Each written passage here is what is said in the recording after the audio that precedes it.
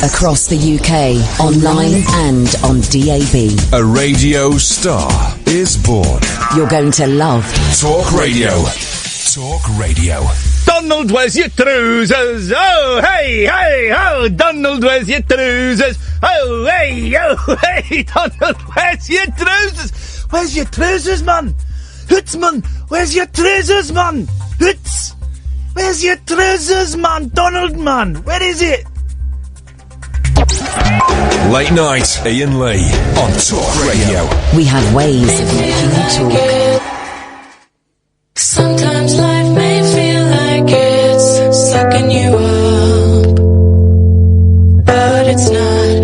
It may just be you sucking. Sometimes life may feel just like you're losing the race, but you're not. You're just letting everyone else win. Sometimes it feels like everyone's being a dick, but they're not. It's just you being a dick to everyone. Some days it seems like nothing works right, but it's fine. You're probably using it wrong. You wanna change the world, you better start with yourself. Charity starts at home in the skin you're in. I'm not saying you should go and change your face, but if it bothers you that much, you should get a nose job. I'm talking about what lies beneath the black and white. Here's a massive gray, he just cold your brain. Do the math or hire someone to do the books, but you're the one gotta pay the taxes. All the colors in between birth and death are in your head, so you should stop bleaching your teeth. So take a look at what you thought was black and white, and you will see that there was nothing there at all. So that's my new favourite song at the moment. We'll play the other one as well in a little bit. That's Imani Coppola, who had a hit in 1997 with, what was the song? Legend of a Cowgirl? Yeah. And she's had small hits with Little Jackie, which are very sweary but good. And I've got her home phone number. I'm calling her up tomorrow at 8 o'clock our time. For the purposes of the show, Well- you won't be using that as inappropriate. No! But she's coming on and she's brilliant. I love her. I think she's awesome. I'm absolutely terrified of her. On another note, we'll play that. We're going to pre-record that. There might be some swears in that, so we'll play that later in the week. On another note, we've got hopefully tomorrow. We've got the guy. 0844 499 1000. Ben, I'll come to you in a second. We've got the guy who wrote this coming on. Okay, his name's Stu Phillips. Right, you won't know the name, but you'll know this. No. No. Stop doing that. That's not it. No, just stop doing that. You do it then. It's the eye of the tiger. It's the No, that's This is not. how you do it. This is how it goes. Hang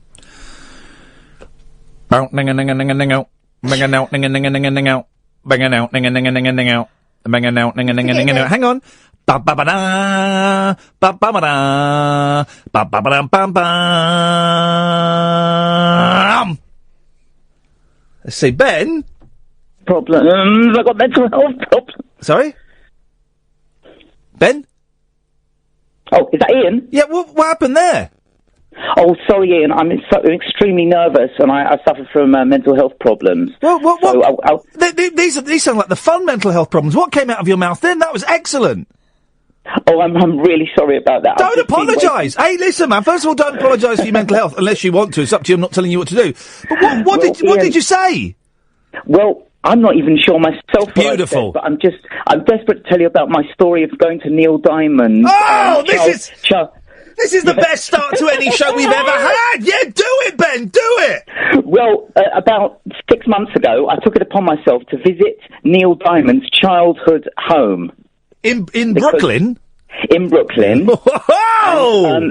You've got to bear in mind my background. I'm a very nervous guy. I'm 38. I've never really travelled on my own before. And I decided to make a trip all the way to the Big Apple and then go on the train to Brooklyn and track down my hero, Neil Diamond's childhood home. This isn't weird at all, but I love it. This is the greatest opening to any show we've ever had.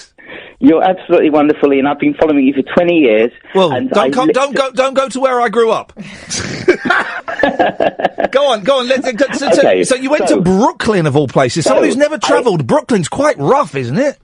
Well, what happened was, you wouldn't believe it, I ended up in the most amazing area that is tourist-free, because the area that Neil Diamond grew up in, tourists don't generally travel to. No.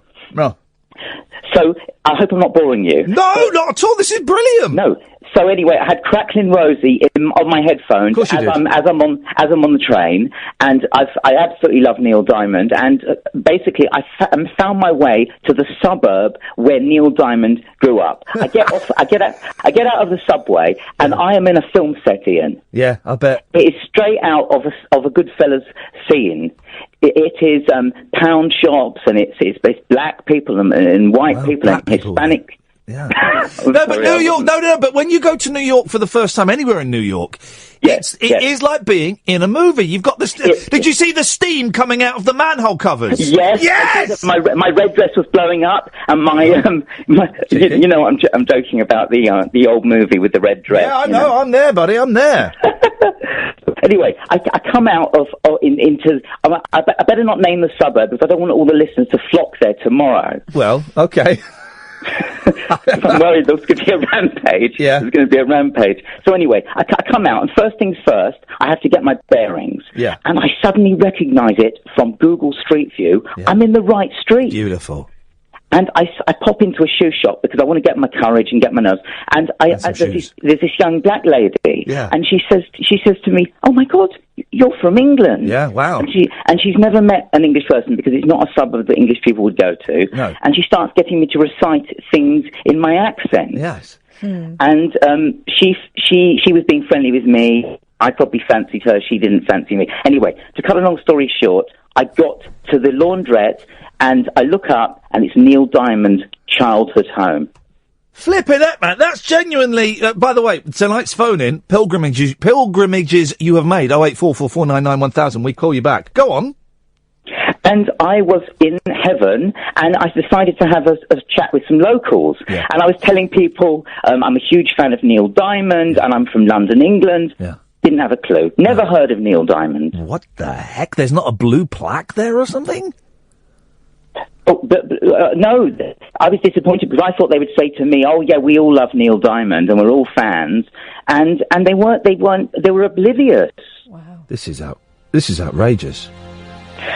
And so, the man has a voice like honey over whiskey, doesn't he? He's got that amazing. That's the best description of it yet. And you mean I went to see him live at the O2? How many times have you seen him live, Ben? I've seen him 6 times. Yeah, you're not a fan. I've seen him, mate.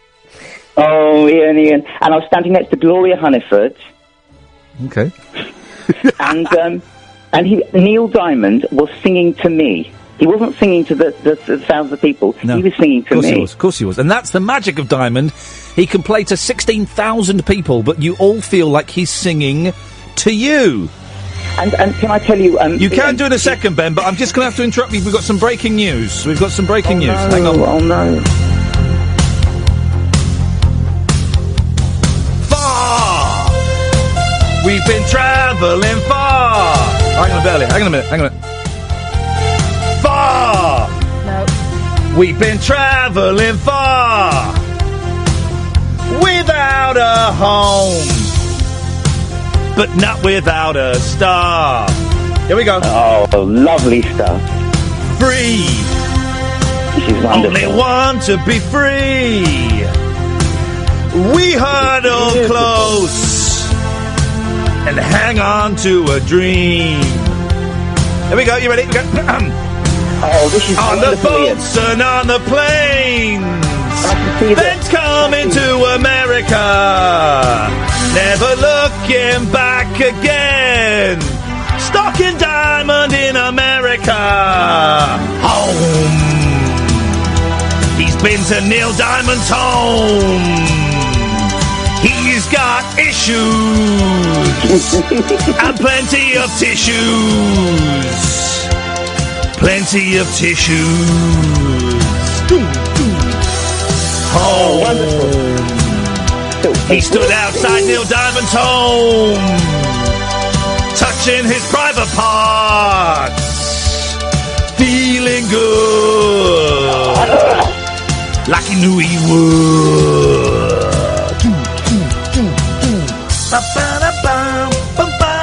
I'm doing the whole thing, Ben. I've committed now. I've committed. Hang on, I've committed. Everywhere around the world, Ben's coming to America. Never been anywhere before. First place he goes to is Brooklyn. He's got a thing for Neil Diamond, but he's only seen him 6 times in concert. Stood next to Gloria Hunniford. She's had a tattoo recently. That's a true story. It goes on and on and on and on. It was wonderful. Iain, can I just say one final thing? No. Did you feel... You know you were going to say many... The conversation is nowhere near over, Ben. Wonderful. When I get gold like this, we work with it. Did you are Mr. Radio Gold. You know it, sir. Did you feel the essence of Diamond there? Do you... And by that, I mean, could you feel where he got his inspiration from? Oh, 100,000%, because I could imagine him as a young kid walking around the streets, he worked in the little bakery about 3 doors along, and I actually felt that feeling from like an old movie, from a 1950s, 60s movie. Yeah. And it was just the most lovely area. I mean, they've got these wooden houses that they would never build in England, the most quaint wooden houses. I'm getting a bit emotional, actually. Good, because it's an emotional thing you did. My tongue is in my cheek, Ben, but you did a brilliant thing. And I totally understand why you did it. Totally understand why you did it. I was saying yesterday I went to Bruce Lee's grave, and I've been to America to see the Monkees. I totally get why you did it. Well, can I tell you something? I've recently got into the Monkees because of you. Well done. And I'm also into a guy called Nervous Norvus. I don't know if you know the music of Nervous Norvus. Nervous Norvus? I've never heard of Nervous Norvus. He was a 1950s, 60s novelty singer who had a song called Transfusion. You will love You must listen to Transfusion. It is a tongue-in-cheek song. I'm using your expression, actually. Can you please put Transfusion on? Well, I don't know. We don't normally take requests, but... no, don't worry. No, but hang on a second. It's Nervous... Hang on. Tooling down the highway doing 79. I'm a twin pipe papa and I'm feeling fine. Hey man, dig that. Was that a red stop sign? Transfusion. I'm just a solid mess of contusions. I wouldn't go to where he grew up. No, he was at 19. He died of alcoholism. But he was a novelty singer. You've probably heard the Fang. I don't know if you've heard the song The Fang. I've never heard of this guy at all. Nervous Norvus. No. But listen, I've been getting into the Monkees because of you, and it's just wonderful stuff. Well, Diamond of course wrote their biggest hit. I'm a believer. Yeah, of course he did. Yeah. He wrote many songs. Neil Diamond worked in a song factory where he just churned out songs all day, and he could write a song in 10 minutes. What's let's indulge me, Catherine. You can join me. I haven't stopped indulging you since you started the singing. Steady. I just want to say, Catherine, I'm a huge fan of yours. I was watching you today on YouTube. Oh. And you were doing an interview with Iain about the media and about radio. I was watching you. You were doing like a live thing for about 50 BBC personnel in a big room. Yes. I wasn't the BBC. No. Those suckers wouldn't have let us talk. Can I tell you, I watched that twice over. I found it fascinating. Oh. Now, Catherine, what's your favourite... No. What's the best Neil Diamond song, Catherine? The best? Oh, well, it depends what you mean. I mean the best Neil Diamond song. I mean, Hello. That's a killer. Oh, I can't play Hello Again because that was the music. That was the song we used at my dad's funeral. That's the one that gets me. That one. We had Hello Again. I could never listen to that song ever again. Okay. Oh, you're just googling it. I'm not. She's googling it. I'm not. Forever in Blue Jeans or something. What's the best Neil Diamond song? Kentucky Woman. Kentucky Woman, she shines with her own kind of lights. Look at her. I think we both have a bit of a man crush on Neil Diamond. I'll tell you the best Neil Diamond song. It's when he does it live. Yes. Brother Loves Travelling Salvation Show. Wonderful song. Brothers, you got two good hands. Don't matter if he's black or white, rich or poor. God's children all. That's a great song. And you know what? You've got a good singing voice. You've got the baritone. I do know that. You've got the baritone. I do know that. A lot of people have said that I sound like the English Neil Diamond. No, they've said, oh, that voice. It's not quite the same. Ben, the honey monster. Ben, cheeky. Now, Ben, that was the best start to the show we've had in absolutely ages. Oh, thank you so much, Ian. I'm one of you. I have a few problems at the moment. I'm on the white stuff, the white pills. Oh, I thought you meant the cocaine then for a second. I thought, no, no. I'm so grateful. I'm so grateful that you took my call, and I'm thanking you both from the bottom of my heart. Ben, it's been an absolute pleasure, mate. Thank you very much. What a great first call. I like Ben. Can we keep him? Oh, yes. Tom and Craig, stay there. 0844 499 1000. It's actually a brilliant phone-in. Pilgrimages you have made. They can be religious, they can be spiritual, they can be musical, they can be anything.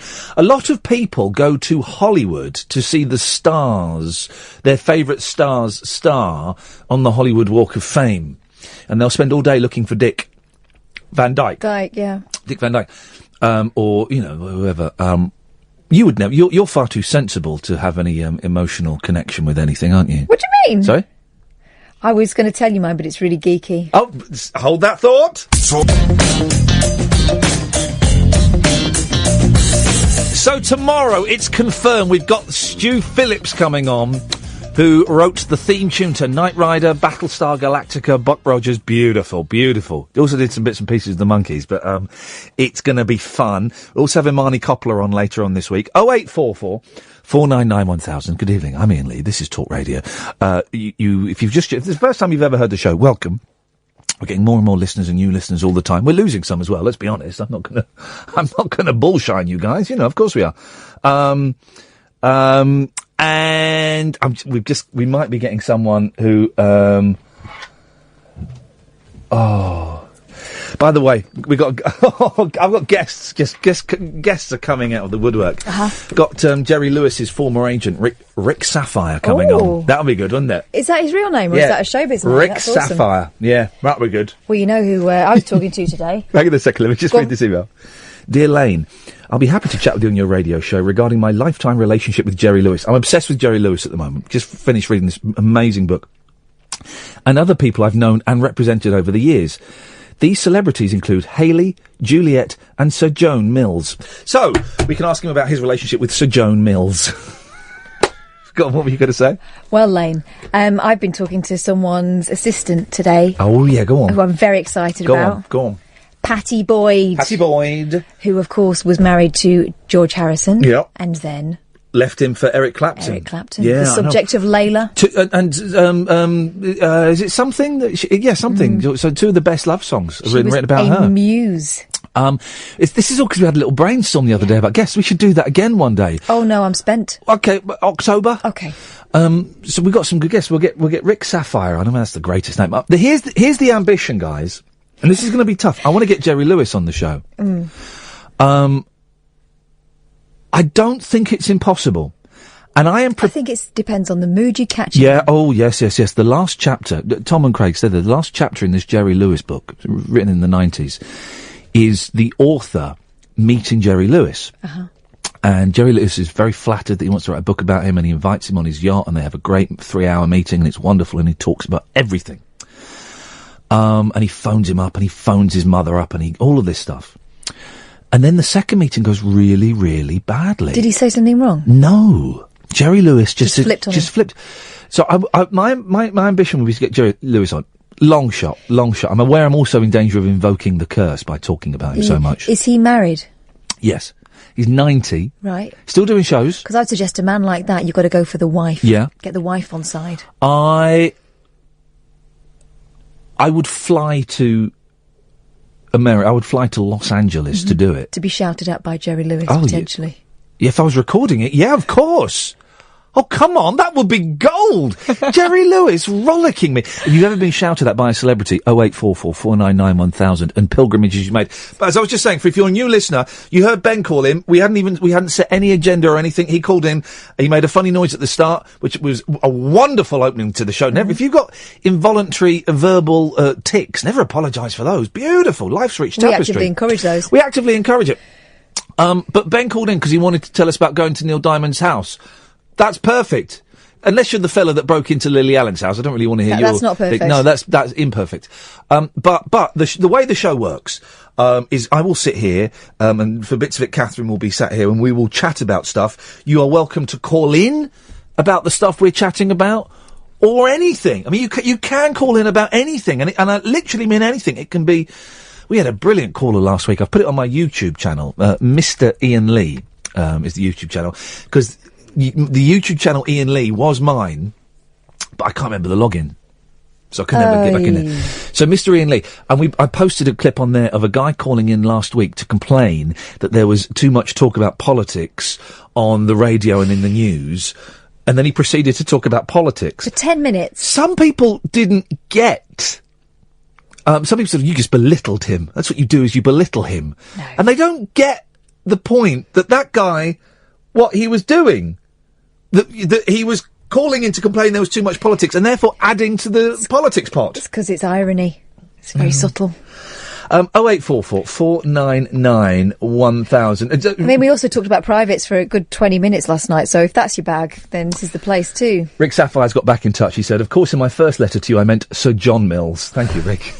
Well, Rick Sapphire, we'll get him on. We'll get him on next week, maybe. What a great name. That's a brilliant name. That reminds me of my granddad, Bert. Yeah. Bert Sapphire? No, for about Steele? 6 months when he started going out with my grandma, she thought his name was Vinnie Royal. Oh. Herbert Boyle.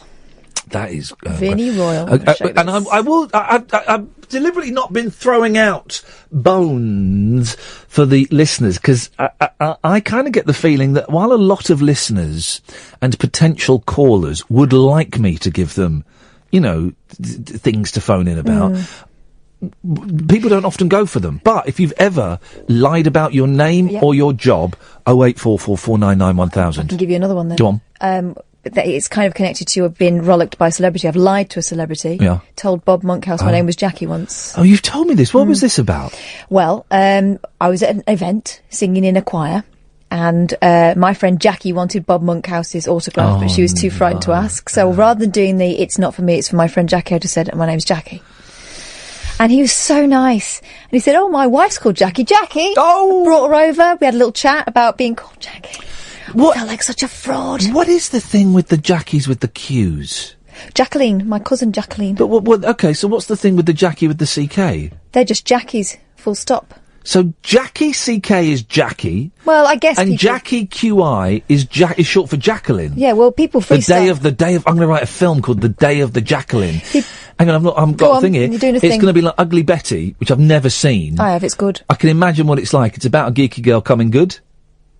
Well, anyway, in The Day of the Jacqueline, there's going to be a girl called Jacqueline, and she's going to have to kill the French president.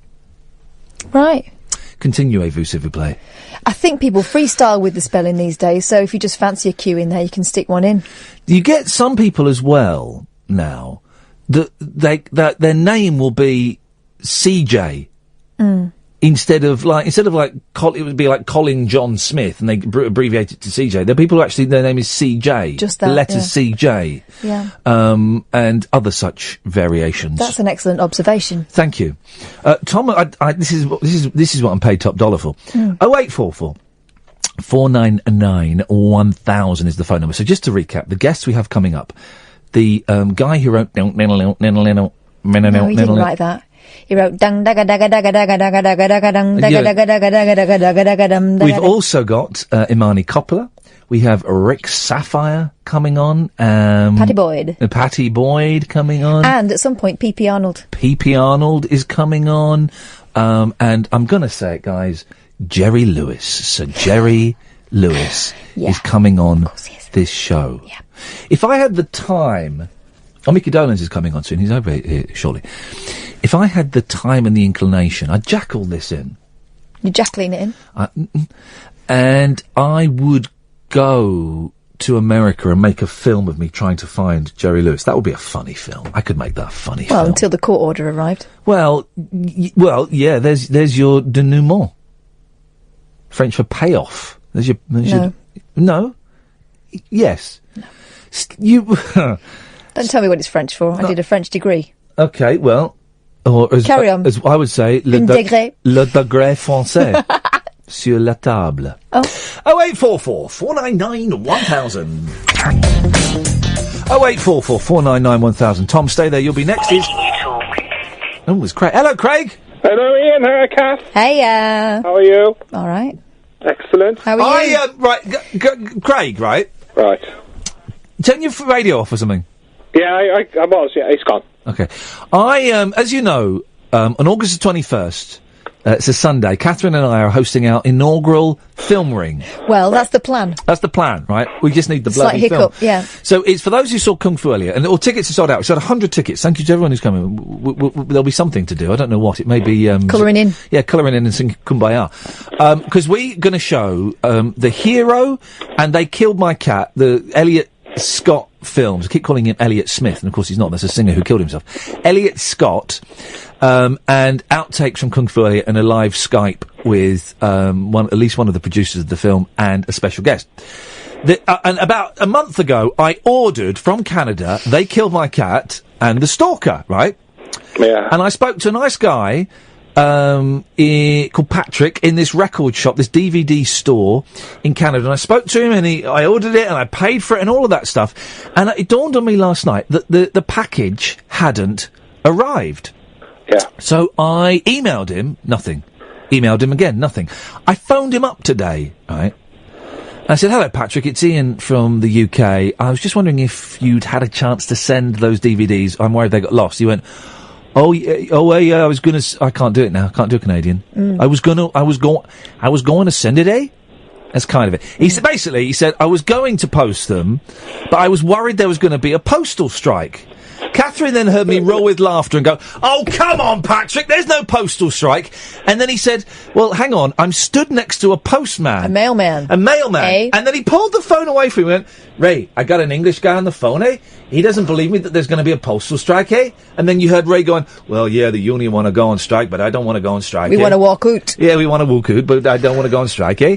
And there was a postman there. And he said he's going to put it in the mail today. So he won't. Fingers crossed. We might get we might have the DVDs ready for August the 21st. That's otherwise, Catherine, you're going to have to do your share voice. Yeah, I plan a backup. Yeah, we need a backup. The backup will be me around the back with the car engine running, and you doing a little. I'll put my karate suit on. Yeah, we go. And give them all the chop to the windpipe. 0844 499 1000. Craig, what you got for us? Well, I had a topic, and I was wary to bring it up over the last couple of weeks, but it came up on Reddit. And the Reddit thing was misconceptions you had as a kid. Oh. Now, I've got 4. Yeah, go on. Which expand more embarrassingly as they go along. Yeah.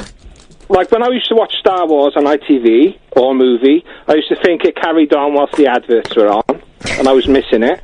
That's quite charming, That's quite charming. I don't think I ever, thought that. I was thinking of an advert today. Because I heard the word... I'm going to say a word to you, Catherine. Mm-hmm. What advert do you think of? Widget. Oh, John Smith. Yeah, it was Jack D and Penguins, wasn't it? But what was I remember it being... There was a thing inside the can, wasn't there? Yeah, that was the new, the revolution in beer. Oh, so you could pour... And it was like draft. Yeah, was it? You could pour it and it was like draft. Okay, that popped into my head. It's funny, isn't it? We remember adverts... more detailed than we do TV shows. I guess because you would see them again and again and again. Well, also, they're designed to be memorable. Yeah. Who was, what was, oh, Craig, you might know this. What was the name of the bear in Follow That Bear? Hofmeister Bear was, Was he just called, he was called the Hoff, wasn't he? I don't know, Hofmeister Bear, I think. I don't remember that. It was a bear with like a big puffer jacket on, and he had really hot, sexy girls with him because he drank Hofmeister lager. And it was, you had to follow the bear. And I think the bear, 0844 499 1000, I think the bear was called the Hoff. Now, even as a child watching that, I thought that was messed up, because the implication was those ladies fancied the bear. Were going to have sex with a bear. And he looked a bit like a cool version of Bungle Bear. Well, and actually, that's pretty hot. Well, there's a thing for that, you know, called furries. Is there? Yeah. What, they dress up as bear? Well, we know there's puppies. Yeah, there's a furry thing. But here's the thing is, though, right? If you can think of it... Someone's doing it. Someone gets turned on by it. That's a fact. But speaking of furries reminds me of the Euro Disney story. I told you this, didn't I? What? My sister used to be an air hostess, and a lot of the people she worked with did come through sort of entertainments and stuff. Yeah. And one of the guys she worked with used to work at Euro Disney, and he told us about the first day. They line everyone up, and they go along with a clipboard, and they'll go fur, face, fur. The implication being, if you're good looking, you get to show your face. If you're a minger, you're in the fur. Have you been to Euro Disney, Craig? Yeah. What's funny about Euro Disney, right, is that is magical and stuff, but the staff... But it's French. Well, the staff serving you food and stuff are the grumpiest people in the world, aren't they, Craig? Oh, yeah. None of that, thank you, please. And I don't think they should have Mary Poppins and the Chimney Man there. I don't think they should have them. Why? Because they don't look anything like the film characters, and so the kids are going, "Who's that?" And you have to make a real thing of going, "Oh, look, it's Mary Poppins and Dick Van Dyke." Yeah, and you really have to. And they're going, "No, it's not." You go, "Yeah, it is. It doesn't look like." Well, that looks like Woody. That looks like Mickey. Oh, look, there's even the Cinderellas Donald Ducks don't look like that. Well, no, exactly. One of the Snow White did. Snow White was good. I guess the good thing is they're a kind of translation from cartoon to person, so you can get away with that. But it's when it's live action and they look nothing like. Craig, you had 3 more of these bad boys to get through. Now we're getting biological. Okay. Excellent. I used to think that farts used to power your poo, so I worried that if I was farting I wouldn't be able to poo. Next. Flippin' heck. I used to think that when you breastfed, I used to think that nipples... Oh, God. ...had a hole in the middle, like on a bottle teat, as opposed to... They've got little holes, though, haven't they? Yeah, but I used to think it was like it developed... Well, they've got a hole. Clearly, they're spongy, aren't they? Well, they've got a hole. I think they've got more than one hole. Yeah, but I used to think, like when you got a baby's bottle, it's just one hole in the middle, isn't it? True. My daughters are obsessed with bosoms at the moment. Gosh. And they're continually trying to jump out and see mine. Me too. And my I said, "What is this obsession?" And my eldest said, "Because I saw a picture." Uh-oh. She said, "And ladies' boobies are odd." I said, "What do you mean odd?" She said, "Well, they're like they've got sausages on them, like the ends of a sausage." Oh, this whole conversation. So I went, what is this? And then thinking about it, maybe to a child, that's what they look like. This whole conversation is making me very uncomfortable. The last one you've got, Craig, it better be decent. Oh.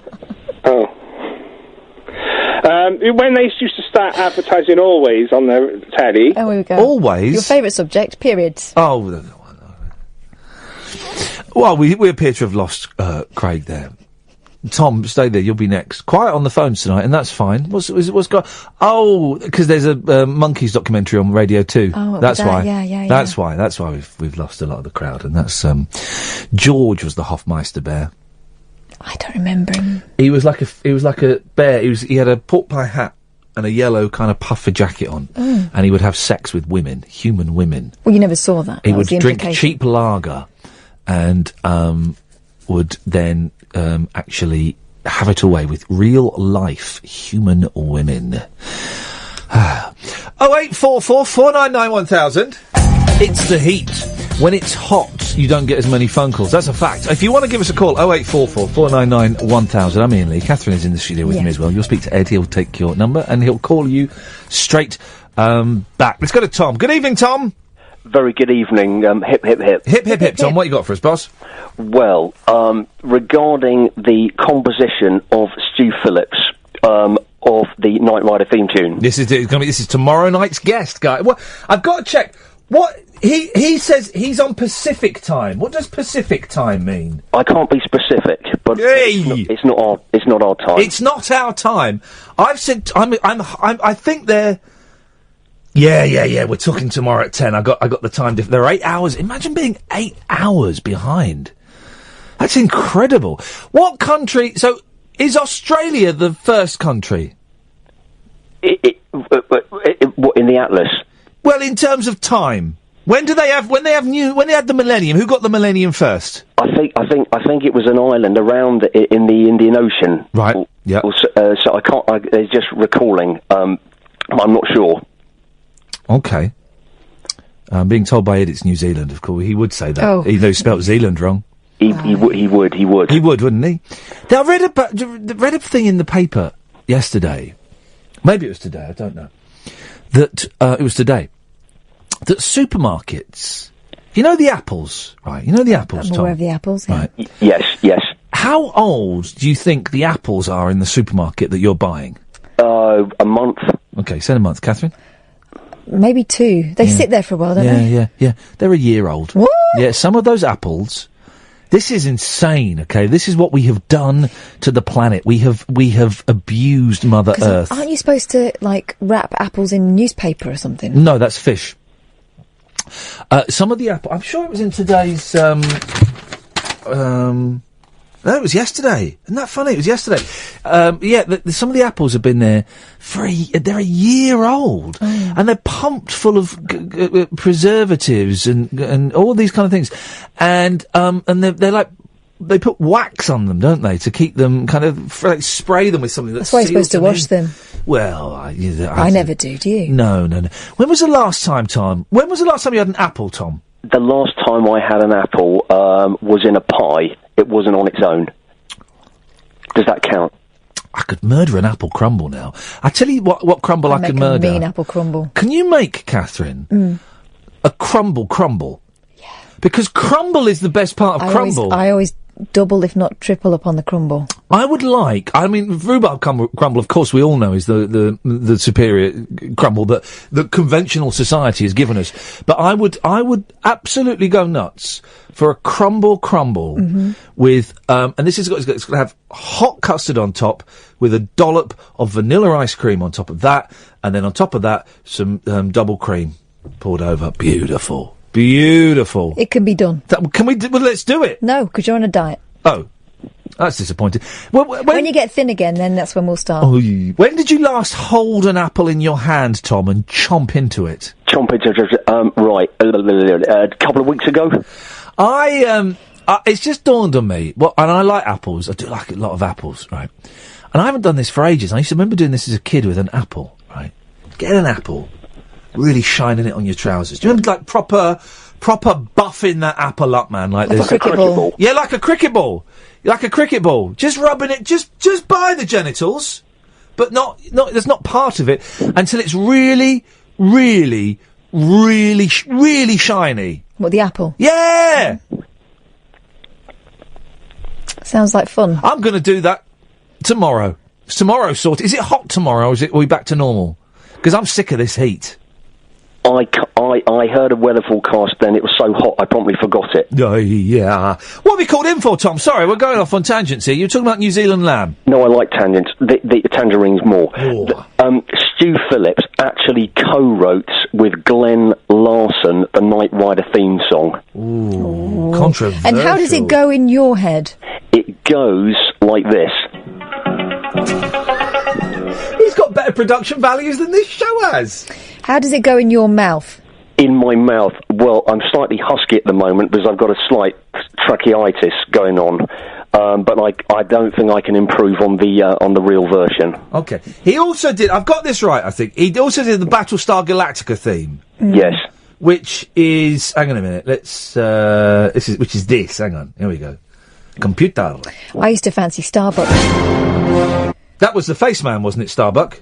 No, Starbuck? it was the dark-haired one with the bowl cut, I think. Okay, well, the face man was... Yeah. Oh, okay.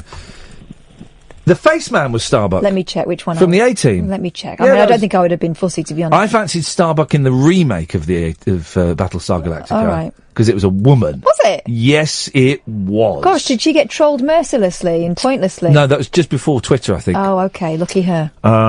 It's exciting he's coming on, Tom, isn't it? I just sent him an email and he replied, yeah, I'd love to. When do you want me? It is. It's very exciting. It's very exciting. And the thing is, right, because, I mean, Knight Rider was... it's laughable now, but at the time... It was pretty cool. It was amazing. And I remember going to school. I remember the first episode aired, right? It was Apollo. Okay. Apologies. The first episode of Knight Rider aired, okay, and I chose not to watch it. Instead, I made the mistake of watching Return to Forbidden Planet, that awful 50s sci-fi film, because I thought that would be cool. And I went to school... That's The Tempest, isn't it? Yeah. And I went to school the next day. Everyone was talking about Knight Rider. Everyone, and it was the pilot episode where he's a police officer, and it's not played by David Hasselhoff, and he gets shot in the face, and he has plastic surgery to look like Michael Knight and become Michael Knight. Yeah. And so I've never seen that episode. I've never seen that episode, all because of Leslie Nielsen and that bloody robot and Shakespeare in Space. Eesh. So that's going to be my frustrations. Tom, anything else? Yeah, pilgrimage. Yeah? Yeah. Yeah, so this was it wasn't a pilgrimage at all. I just happened to be in the area. I went to Beethoven's house in Bonn in Germany. Oh. And we've got some Beethoven playing now. That's a good time. This is actual Beethoven. Was that his first composition? It was, but why did you go...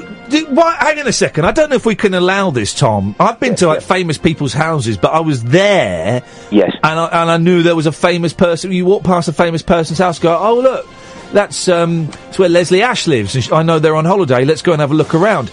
Did you make a specific point of going there? I did a bit because my parents live in Germany, so I did make a bit of an expedition. All right, Tom. In that case, I'm going to allow it. What did you? What was the most mundane thing you saw in Beethoven's house?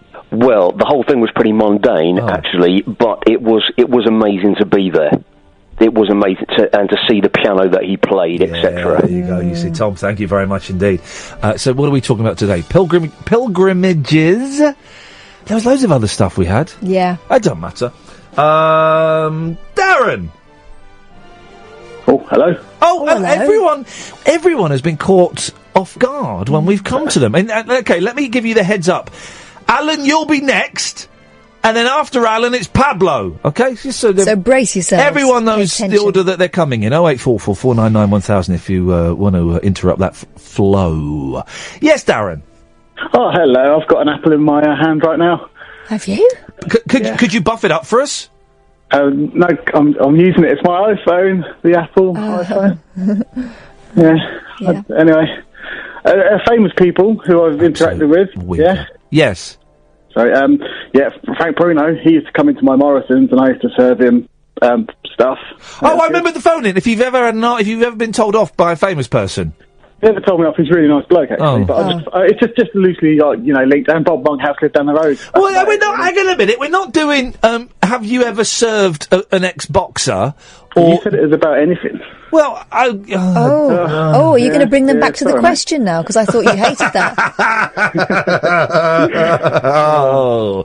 Hoisted by my own petard. What's been happening? Anything exciting? I've only just logged on. I bought a new car today. I was forced to buy a new car, and I did it again. So much protest that I bought one that's identical to the old car. And you hate it. And I hate it. And already the warning light has gone off. Well, because my car broke down. It cost too much to fix, so I just bought a new car. I've just had a horrible thought. Warning light went off. Yeah. You sure you've not bought your old car back? all my CDs were there. A warning light went off when I was driving up the motorway today. Can you believe that? Right, and I forgot to mention something when I bought the car yesterday. I hate buying a car. I feel completely emasculated, out of my depth, and I always go in and haggle and do really badly and come away feeling humiliated. So, I went in. They said, we'll give you this much for your car. Is there a car you like? I went, I'll have that one. And that was it. That was as far as the haggling went. There was no haggling. They offered me a price for my car. I chose a car. They took that price off. Bish, bash, bosh. I bought the car, right? So that was that. Mm-hmm. And then they do this thing where they try and... I wasn't doing it finance. They try and sell you a load of old crap, right? They said, right, sir, we'd like to sell you we'd like you to protection for your car. Well, there's this package you can buy, and it's 1,500 quid, and it means if you get a little scratch in the first 3 years... Sorry? Huh? What are you doing? It's having a slurp. Having a slurp, mate. What's up? I'm going to have a little slurp. I haven't got anything to slurp. That can be arranged. Oh. Now, 1,500 quid. It basically means if you damage the interior, they'll fix it. If you damage the outside, they'll fix it. They won't. And he said, they're also, you can either buy the whole package, or you can buy one of 3 little packages for £400, £395 each. Right? Yeah, all this time you're going, no. Well, no, and I'm just thinking, in my head. And he said, I'm going to leave you with this brochure while I go off and sort some paperwork. So he left me this thing, and I pretended to read it, and I wasn't even reading it. I was looking at it, but I wasn't reading it, right? And he came back, he said, right, so which one of these would you like? I said, no, I'm not going to. He said, really? I said, yeah, I'm not going to do that. And this, bearing in mind, he said, what are you doing? What are you doing, Darren? You're just full of waffle, ain't you? What's going on? This is the contents of his head, right? So, if I have to take it, you do this too. Is important. This is important because I might do the real hustle on Saturday with this, right? So he said I'd take it straight away when I said no. He said, I bet he was taken aback, wasn't he? Because he's used to his patter working. He said, all right, well, how about if I could get you one of those packages at £395 for half price? I went, I'm not bothered, mate. I don't want it. He said, all right, fair enough. Let's go and pay for the car. So you go and sit down and pay for the car. And he said, look, you bought a car from us 3 years ago. You're a loyal customer. I want to keep your Darren, custom. are you wearing feather knickers or something? What are you doing, Darren? I'm sorry. This is an important story I'm telling you. Go on, you tell me. I'm interested. So, you shut up, man. Hang on. Here we go. Hang on.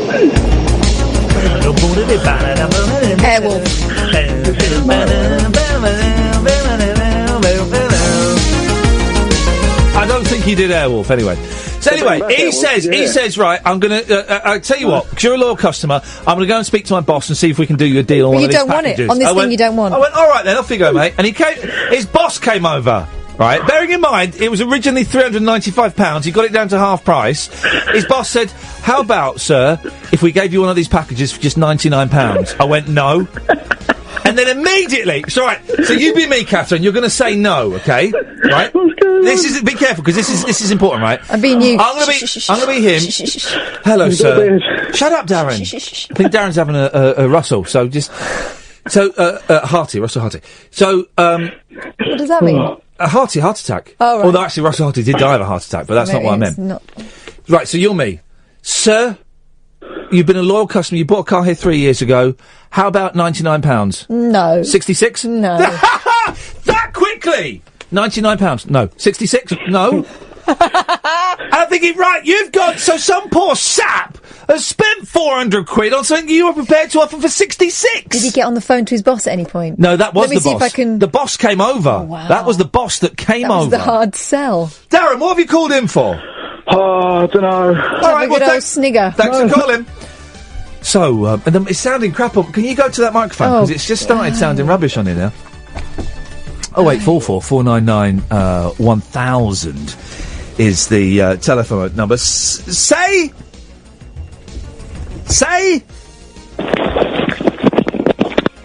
Hello? Hello, I'm here. Here. Is this Say? This is Faye. F-A-Y. Faye. Faye, for crying out loud, Edwards. Faye, yeah. I know this isn't your first language, Ed, but come on. Come on. That's casual racism. It's all a bit of fun now. What have you got for us, Faye? First of all, I watched The Imposter. I know this is a long conversation we've had for weeks. No, beautiful. Go on, what did you think of it? I was really disappointed. Pourquoi? Because there was all these questions that were being asked, and I thought they would be answered, but they weren't. So what didn't get answered for you? Like, I don't understand why the guy Frederick did this thing. Because he was a nut job. Yeah, obviously. And it was leading to the suspicion that this family had killed. Spoiler alert! Had basically killed their son, kind of thing. That's the theory that Charlie Parker has got. Okay. The family killed the original boy. I just felt like a little bit disappointed. I thought it'd be a bit more really in depth and everything. But it was. No. It's fine. That's absolutely fine. And when we do Film Ring, we encourage people to call in and say they didn't like the film. That's all part of it as well. You don't need to like the film to take part in it. I felt, Faye, that it was in depth, and I was frustrated. That there was no resolution to actually what happened to the original boy that went missing. But I guess that was part of the story, is that there was no resolution. No one knows what happened. And that's why the police couldn't press charges. And I felt that there was enough of an explanation about Bourdin and why he did it. He was obviously damaged goods. He's obviously been abandoned as a child, possibly abused as a child. And it was a pattern of behaviour, wasn't it? So that was my take on it. Yeah, I suppose so. You know, but it's all valid. I'm not having a go. It's all valid. You didn't like it. That's what makes. No, it's not that I didn't like it. I just felt a bit disappointed, and it was all right though. It was interesting, but I'm waiting for part 2. We might get Charlie Parker on again at some point, because I thought he was a brilliant guest. Okay, second point. Oh, Faye, you've got a second point. You're going to have to stay there then, because we're coming up to the news. And I want to hear your second point. Alan, Pablo, Faye, stay there. You could be joining us as well after 11 o'clock. It's very simple. 0844 499 1000 is the telephone number. We call you back. I'm Iain Lee. Catherine Boyle is there. This is Talk Radio. Talk Radio. 0844 499 1000. I'm having terrible trouble with the internet tonight, so if you're watching on Periscope, it's gone. But I shall do my best to get it back.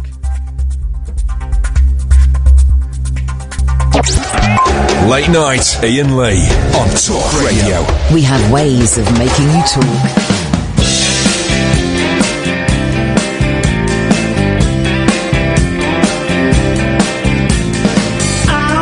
Chips and the dips and root beer, even though dark purple rain clouds on you. When you come around, you bring the summer. I lay the basket and blanket out neat, even though weathermen say they'll be sleep. When you come around, you bring the summer.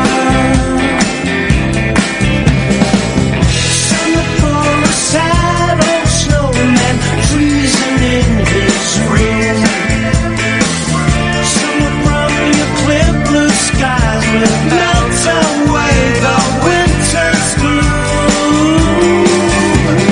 I'll bring the sun cream and beach volleyball, even though there is no sand here at all. When you come around, you bring the summer.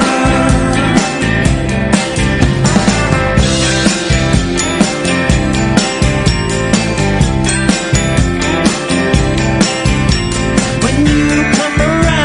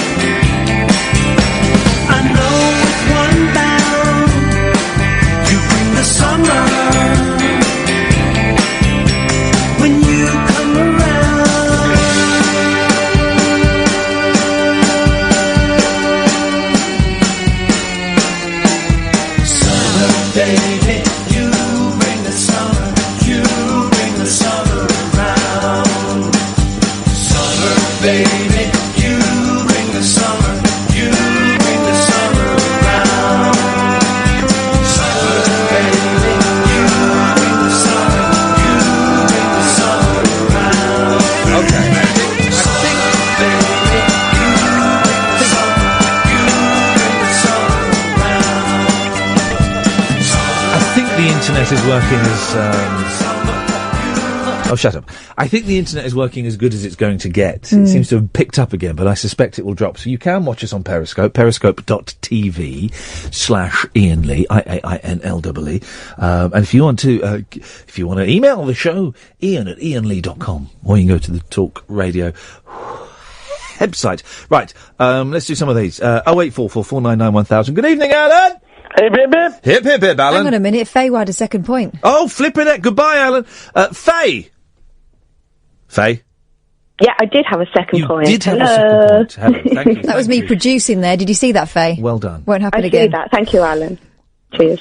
She called you Alan. No, she called Alan now. No, and she she's called stepping down. She called you no. Alan. Well, she can call Oh, me did whatever I she do a wants. boo-boo? Yes, wowzers, with a big sausage on the end. What have you no. got? What have you got for us, Faye? What was point number 2? Point number 2 is, you've been to New York, yeah? Yes, I have. Yes. Okay, I'm going to New York soon. Tell me where to go now in 3 points. Well, the thing is, first of all, you've got to do the obvious stuff. I think you get on one of those buses, right? No. Yeah. Day one. They do No. this bus tour thing, right? And you can get off and on whenever you want. It's a really good way to see the city, right? We Have went- a lap and then get off where you want. We went on the Sex and the City tour, and I've been on the God, what Seinfeld for? tour. That was good. And I've been on the Seinfeld tour. Here's where you want to go, Faye. Okay. Oh, you want to go to all the touristy places. You want to go to Times Square. This is the thing, though. I'm going with my mom, and she's already been. Yeah, but she can see And I it don't- again. I don't think she... But Faye, you've not been. She's your mother. She would want you to enjoy it. Times Square, Empire State Building, and McDonald's. McDonald's? I've never heard of that. They have them over there now. It really is a great... Oh, my God. Oh, tell you where you should go. FAO Schwartz. Well, the toy shop. Yeah, the one out of Big. You know, the toy shop in Big with the big piano and that.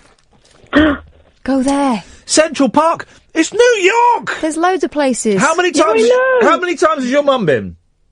Just once. She went a couple of years ago, and she loved it, and that's why she's dragging me along this time. Well, then the thing is, I mean, it's like it's like going to London. If you were going to go to London, you would do like the London Eye, Buckingham Palace, and I don't know, Oxford Street. You know, well, you do Park Avenue. Was it Park? Was the shopping street up there? Park Avenue, isn't it? Is that? What's the big... Yeah. It is Park Avenue. You do Park Avenue, Central Park, Empire State Building, Bish Bash Bosh Wallop. Go to Times Square, go to one of the TKTS booths, get yourself tickets for a show. There's stuff to do. I was off my face on cough medicine on Broadway once. Not performing a show, but me and my girlfriend, the first time we went, we're both terribly ill. We were just swigging cough medicine to get us through the day. Man alive. I tap danced down Broadway just so I could say I did. There we go, you see. That sounds awful. Yeah. When are you going, Faye? Pardon? When are you going? About 9/11. What? For 5 days. You're going 9/11? Yeah, the beginning of September. But why were you say? But we don't say 9/11 unless we're talking about the aeroplanes. Yeah, I know. We're not Americans. We say 11. We don't even say 11/9. We just say the. Okay. September the 9th. Okay. So that's 9/9. Oh, this is very confusing. Yeah. It's just an odd way of twisting the conversation. Obviously in her mind. It's a nice little World Trade Centre gag. It never goes amiss. Make sure you crack Yes, plenty but of them there. You know what I mean.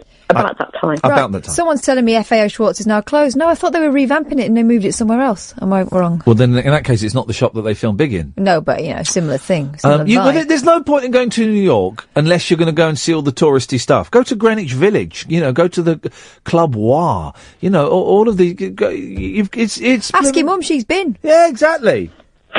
When I took my mum, the best thing she saw was some young lads having a breakdancing battle in like a little. It wasn't even in a big park. It was I took her to Bleecker Street so I could go to this bootleg record store in the middle of nowhere, and then we walked back. She was in a wheelchair, and I was pushing her. And we walked back from there into the middle of town. It was a lovely walk that took us about 2 hours, and it was great.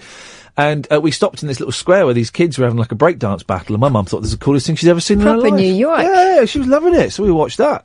Just wander around, Faye. You can't help but be amazed at how incredible that city is.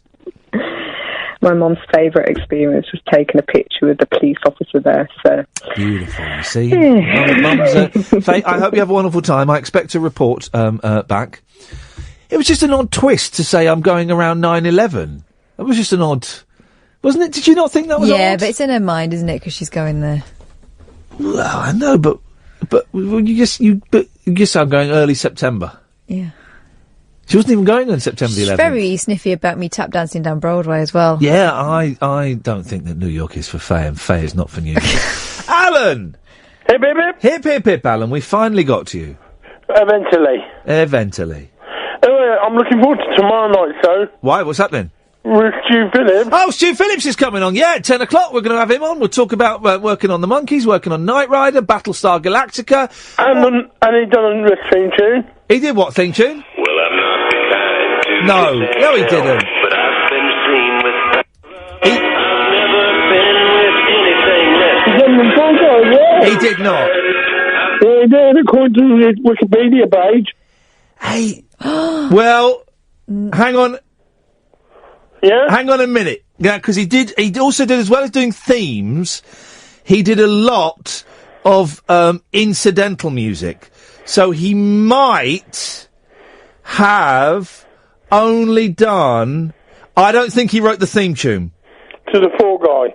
I don't think he did the theme tune to the Fall Guy. Hang on a second. I think he did incidental music. No, he didn't. He didn't do the theme tune. But he did do music on the Fall Guy. Well, who did the theme tune to the Fall Guy? Only Glenn A. Larson himself. The genius. The genius that was Glenn A. Larson, who owned TV in the late 70s and through the 80s. Good, he was at Universal, wasn't he, Glenn Larson? Yeah, he was. I mean, that guy's a player. Is he still alive, Glenn? No, he died on November the 14th, 2014. Right. Well, we won't be getting him on the show then. That much I can say. But he's still going. 86. Yeah. I'm just seeing what else. Stu did. Look, he worked a lot. I mean, a lot of what he did was incidental music. So. We'll see. It'd be nice to talk to him. Nice to find out exactly what's going on. You can ask about why the wild surf. I'm going to ask about that. Yeah, that was question number 2. That was one of his first scores. There we go. So you're literally just reading it off of Wikipedia. No, it's good I'll do my research. Yes, well. And it's a full moon tonight, according to Lee Benet. Is it the full moon tonight? I thought the full moon was yesterday, but you might be right. According to Lee Benet, I've been told to mention it. Okay, well, the full moon does make people act odd, and also the heat drives people crazy.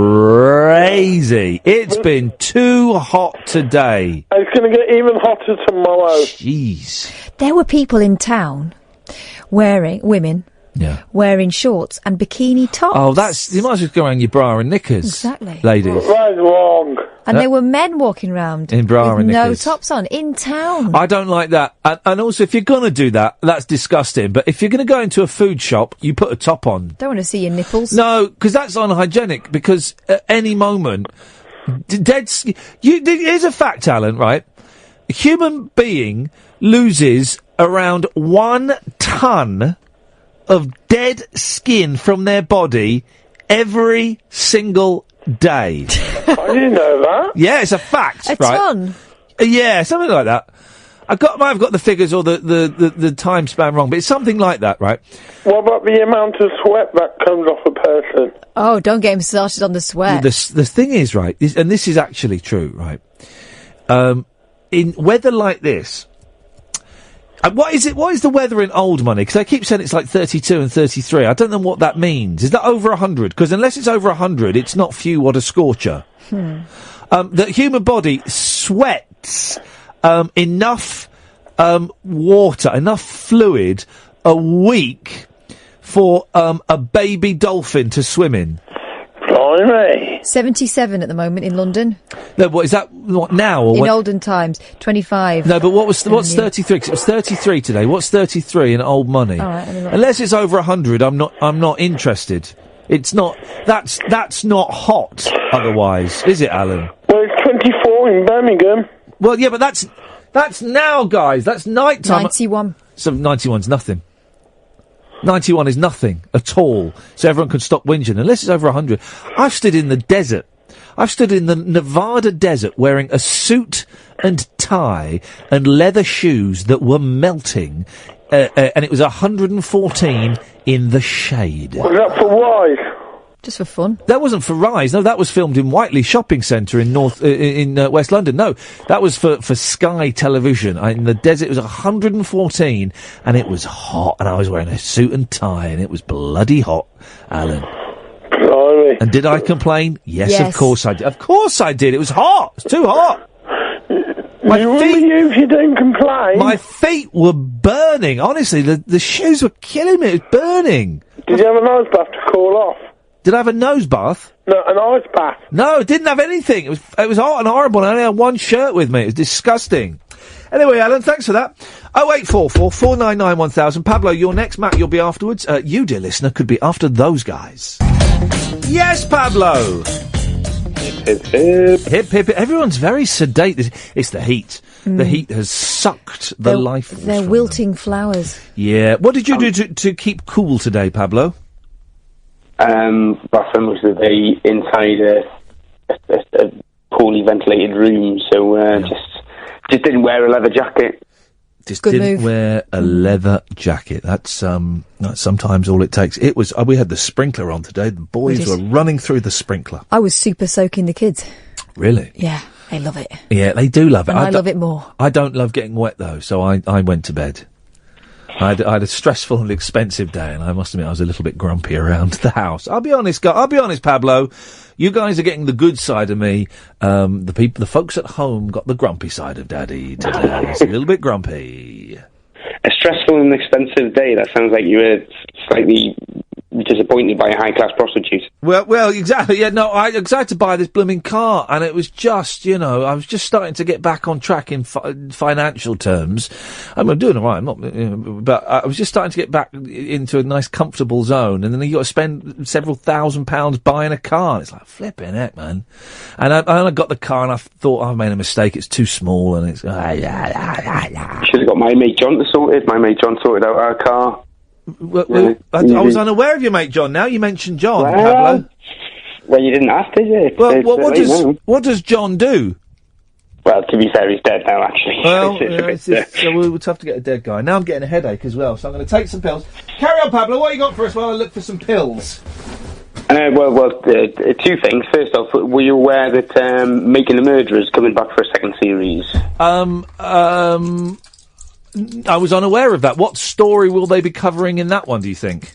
Well, as far as I'm aware, it's from what I've read, it's basically, it's still the same. It's the same story?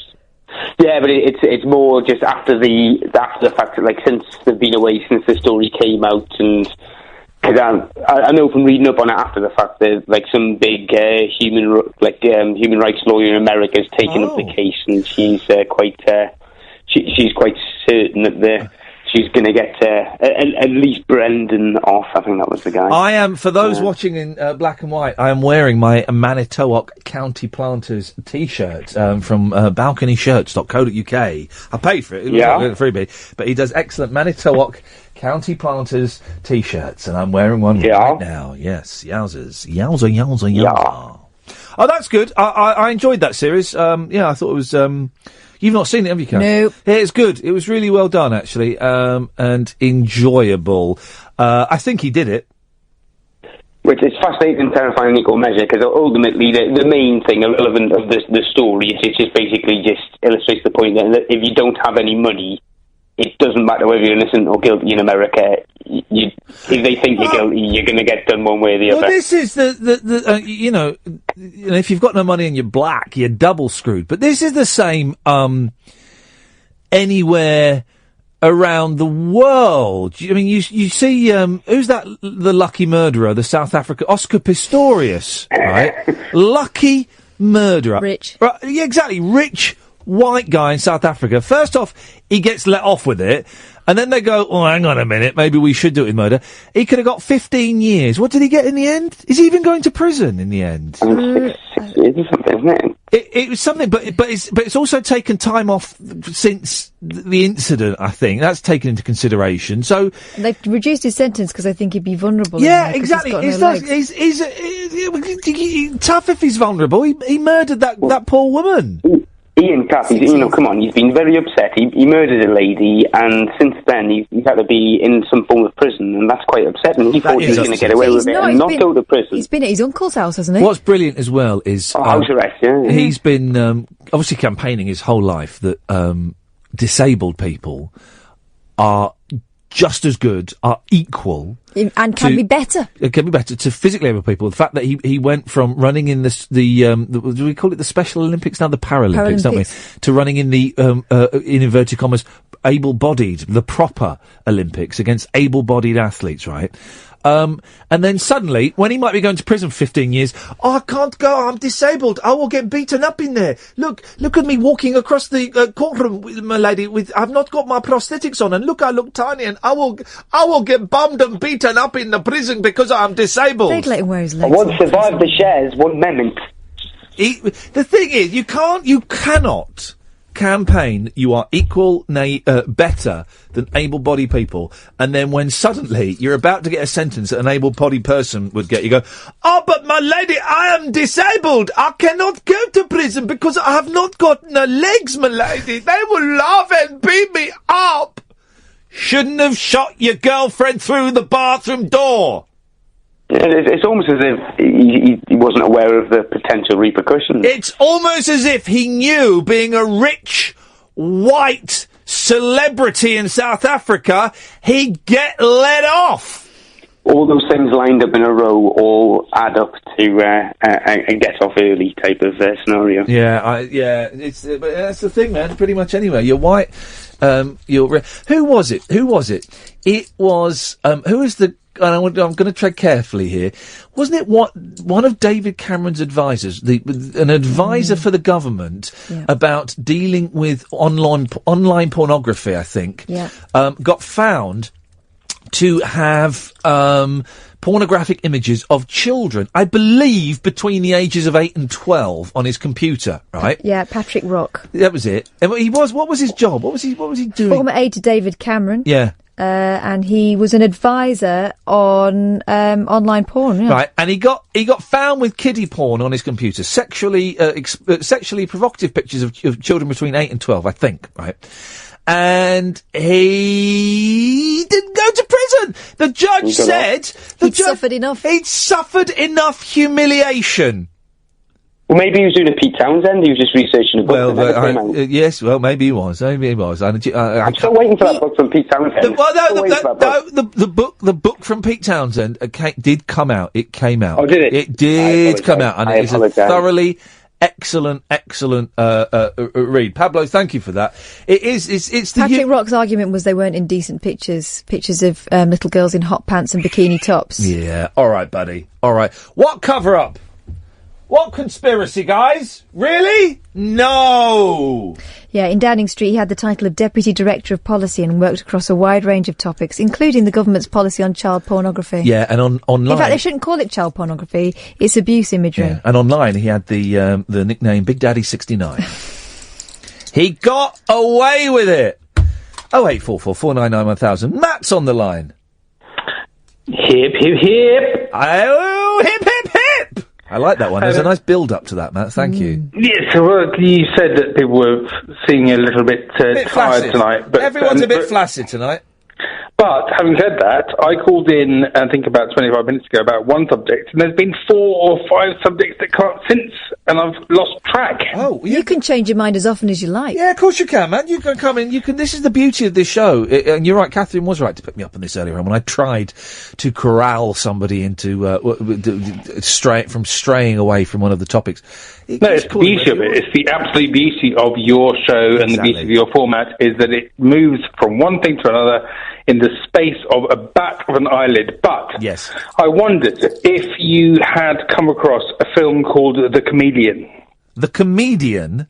Tell me more. Now, do you watch Netflix? You are a Netflix fan, yes? Let's just say for legal reasons, yes. So on Netflix at the moment, for standard users without breaking any rules, there is a series available called Spotless. Yeah. which is based around a couple of Canadian Frenchmen who are living in London, and they run a cleaning company that looks after cleaning up after murders. Oh, gosh. It's a great series. I thoroughly suggest you watch it. And the lead character is a guy called Marc-André Grondin, and he played... Come on. Well, who do you think? Jerry Lewis! No. Oh. Hang on a minute. So this thing called Spotless, it's a drama, it's not a documentary?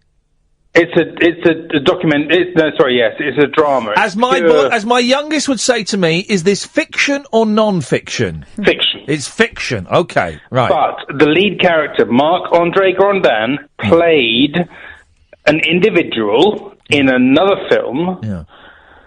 And you may or may not know that individual's name. Have a guess. Well, is it something to do with the monkeys? No. I haven't got a clue then. He played Frederick Bourdin. What the heck? What? There you go. What in the documentary The Imposter? No. The film was called The Chameleon. Oh, The Chameleon. And it was made in, I think, 14, I don't know, I'm not sure.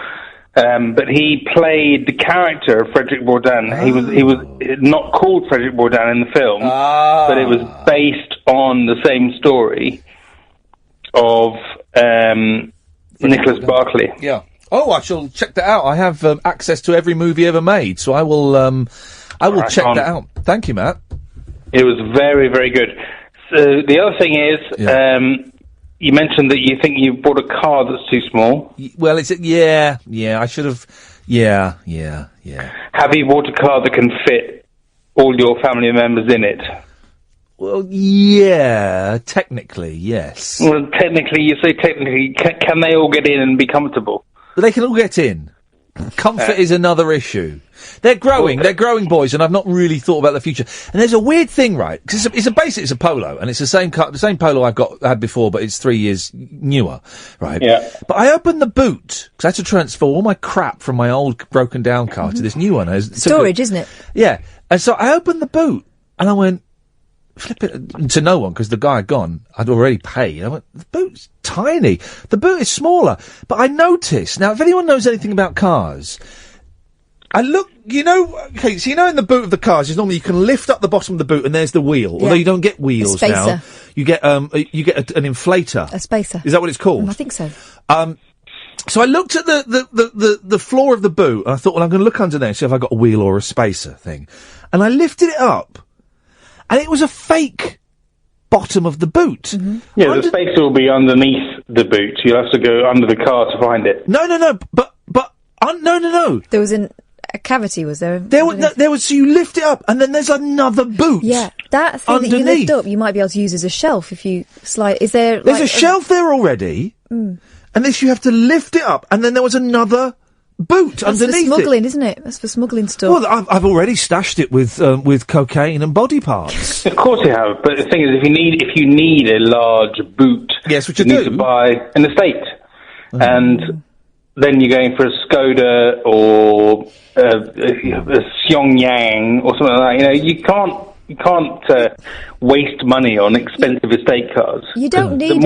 You don't need a big boot once you're over the pushchair stage, anyway. Well, come on. No, but I need to get wheelchairs in there and stuff. I need to get a wheelchair in there. You see. Matt, listen, thank you, but I'm getting bored of the car talk.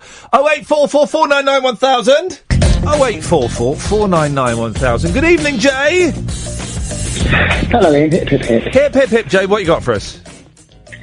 Can we talk about Jonathan? Is that off limits? Jonathan, one of the callers to Your the show. pal? Yeah, we can talk about that. Yeah, sure. We'll try. I'm going to tread carefully because he's not here to defend himself. Yeah, no, I understand. I find him fascinating, that's all. He's terrifying but fascinating. And I heard the podcast of, was it Thursday or Thursday, it must have been, and there was a mention that he called. So I went back on the old Periscope and I found the discussion you had with him. I thought it was excellent, by the way. It was a really. Well, remind me what we were talking about, because I'm a bit. It all blends in. We were talking about Judge Dredd or racism. You took him to task over the source of his hatred. Yes. And you said something that I think would be true, that he's not a well man. Yeah. Whether he's not well clinically or whether he's just not well in terms of some sort of personality disorder, he's astonishing to me. And I realised actually during that conversation that I've heard him before, years ago. He phoned Matt Ford. He used to phone Matt Ford a lot. Yeah. They used to phone Matt Ford when Matt Ford was on Talk Sport. He used to phone him a lot. And of course, the famous call is the one where he says, everyone wants you fired. Yeah. We hate you. We hate you, Matt Ford. Yeah. Yeah, it's a good clip. YouTube it, guys. It's a good clip. It's amazing. I never realised it was the same person until yesterday. But it also, I tend to get. I don't know if you do this, but I get into these spirals where I go onto Twitter and I get lost in people's nonsense. And I was looking. I don't know if you heard about the case where a guy in Sunderland is in trouble. He's a horrible piece of work, but he's pulled a headscarf off a Muslim. Well, hang on a minute. You say he's in trouble. What is he been charged? He has been charged. Yes. Right, we can't talk about it. Okay. Okay. Let's just say something happened. Well, no. We can't do it. We can't do it. Oh, okay. Entirely separately from that, I got looking onto the... Well swerved, by the way. We can't. The reason we can't is just, it's a legal thing. We can't. If someone's been charged with something, we can't discuss it because we can't prejudice a case or anything like that at all. But it's in the papers, but anyway. But but we can't. Papers have got different rules, and will. But we can't because we could get in trouble, and it's supposing. Yeah. Right, the extreme case would be, right, there's some guy that murdered someone, right, some guy murdered his wife, right, but he's been charged with it. Well, you coming on and saying, well, I know for a fact he murdered him, and this is what I think about it. Right. Well, then his brief could use that to throw the case out of court. Well, because a jury member could hear it and it could prejudice the trial. They've got to go on. So I'm not having a go, it's just the rule, it's the rules of the land, and it makes my life a whole lot easier. Let's say some people on Twitter were discussing something, and they... Well, hang on. Hang on. What? Were they discussing the thing you just talked about? No. Right, Jay. We don't work like that, Jay. Jay, I gave you as many chances as I could to swerve that, but we can't do it. And the fact that you'd alluded, you mentioned it specifically, and we all know, it's like saying, I bought some poisonous food from a supermarket. I'm not going to say what the supermarket was called, but it rhymes with Wesco. You can't do it, and they don't sell poisonous food, by the way. You can't do it. But there's always that weird thing as well on radio when you can't. If you're going to slag off a shop, right, you can't mention it. But if you're just going to say, so I was in Tesco earlier on, and I saw Dave Benson Phillips. You always get people going, I was in it. Can I mention the name of the supermarket? Yeah. Okay, I was in Tesco. I didn't know we could mention it. I was in Tesco and I saw Dave Benson Phillips. It's because they think it's advertising, because the BBC wouldn't like you to mention it. Well, no, but even on the BBC you can mention it if you're telling a story. Yeah. If you saw Dave Benson Phillips, I want to know what supermarket it was in, so I can go and meet him. But people think you're not allowed to use brand names on the on the radio because of the BBC not using brand names. Gatford! Hip, hip, hip. Thank you, Gatford. What you got for us? I tried. I hear there are some people out there struggling to sleep, so I thought I'd call in and help. There we go. Well played. Well, that's good, yeah. I've never met Dave Benson Phillips. Is that a problem? Dave Benson Phillips taught me, taught me and Rusty Lee how to sing a song from Bugsy Malone. I can't remember what song it was. Is it that one? Yeah, probably. Why not? Yeah, probably. Yeah, I need that song. Anyway, at Netflix, I came across a very interesting documentary. Basically, a 1980s version of Making a Murderer called The Thin Blue Line. No, not the Ben Elton comedy starring Rowan Atkinson. Okay. Not that one. Yes. It's a very dodgily made but very good documentary made like Making a Murderer, but in the 80s. So it's lots of tracking shots, and one of the things is that the policewoman who's in the car that shouldn't have been in the car throws her chocolate malt out the window, and this wonderful reconstruction of the chocolate malt diving out of the car window and landing on the floor in slow motion.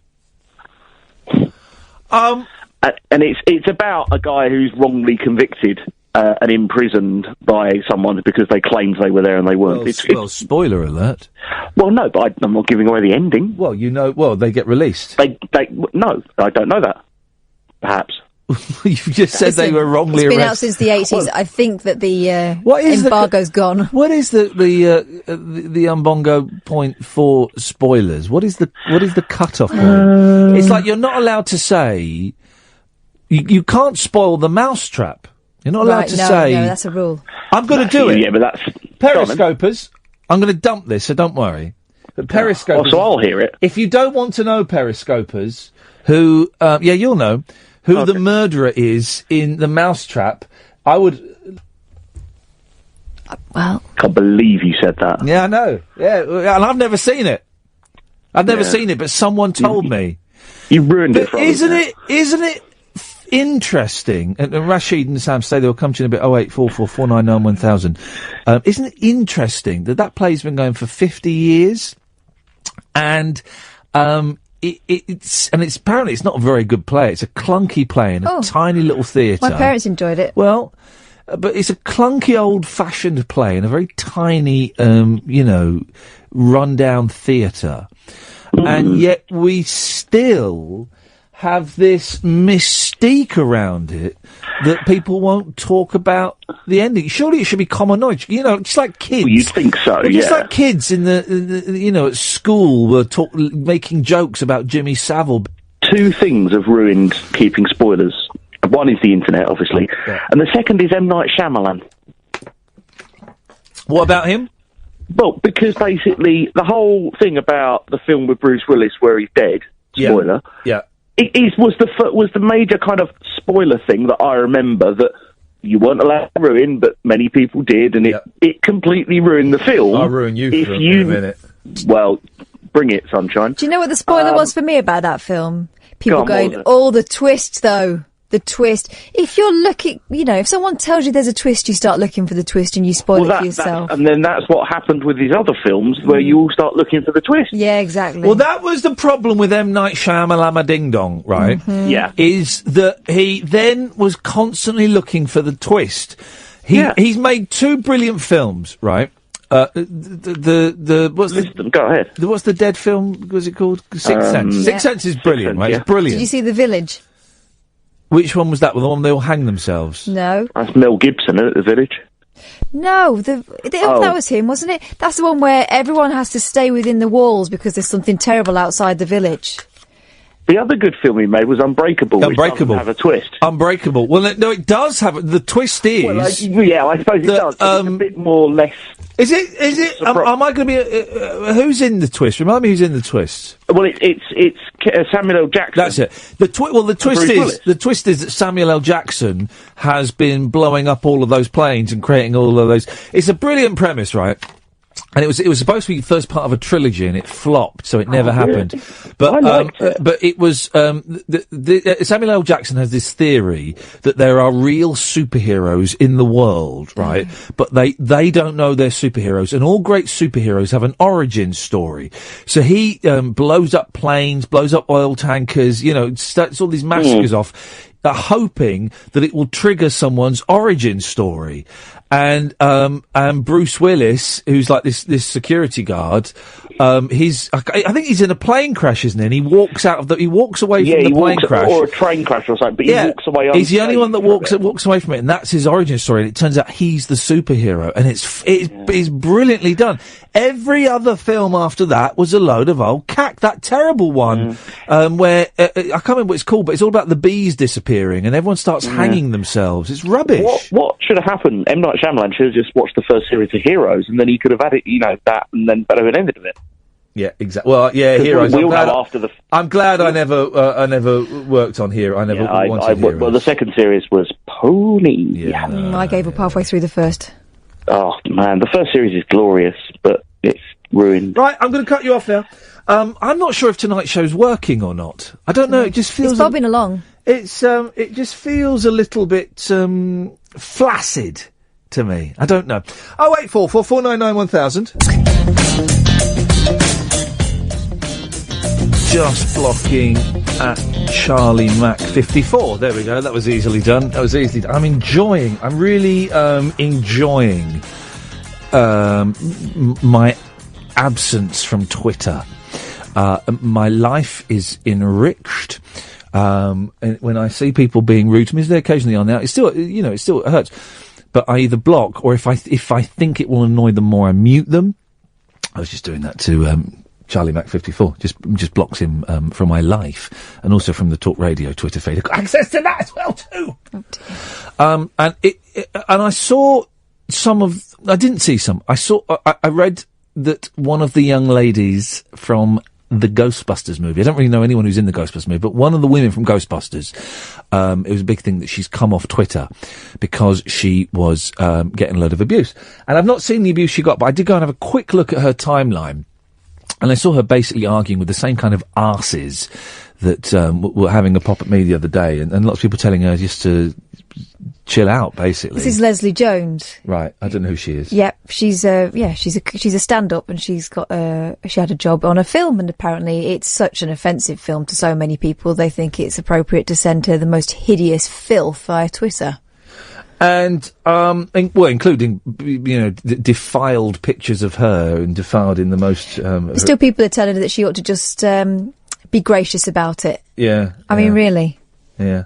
So, but thank goodness Twitter's got really stringent rules that they abide by, and they encourage people to report, and they'll look into things, and you couldn't possibly give someone, I don't know, a death threat or defiled pictures or shots of your genitals. That couldn't possibly be allowed, could it? Well, hang on a minute. Imagine sending someone shots of your genitals completely unsolicited. I mean, geez. And yet, that is what happens. It happens in the real world, but it also happens on Twitter. One of the pictures that she received had someone took a picture of her, and they had evacuated seminal fluid over it and sent that to her. That's sexual abuse. Guys, just let's remember, she was in a film. She's in a film that I'm guessing that person probably didn't see. She was in a comedy film. Yeah. It wasn't even a kind of offensive, it didn't set out to be offensive or controversial in any way. And how are you supposed to style that out? I mean, that is sexual abuse. That's horrific. That's terrifying, and that's stuff I got sent the other week.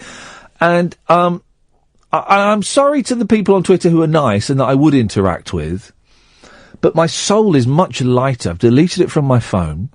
I have an app on my phone so that there is no danger of the children stumbling across anything rude on the phone. But it also means I can't install Twitter on my phone again, which is great. I can check it online, and I do occasionally. I need to kind of just back away from that a bit on my phone. But I've got it open for the show, and I just see an idiot there, and I just block or mute them. And it's easier said than done, but it's a much better way to be. Twitter, I think, really is sinking into the abyss, and it's pretty much horrific. The problem I have is that they talk about there being some sort of regulation, but there isn't any. We've reported things that you would think fall into the category of... Yeah.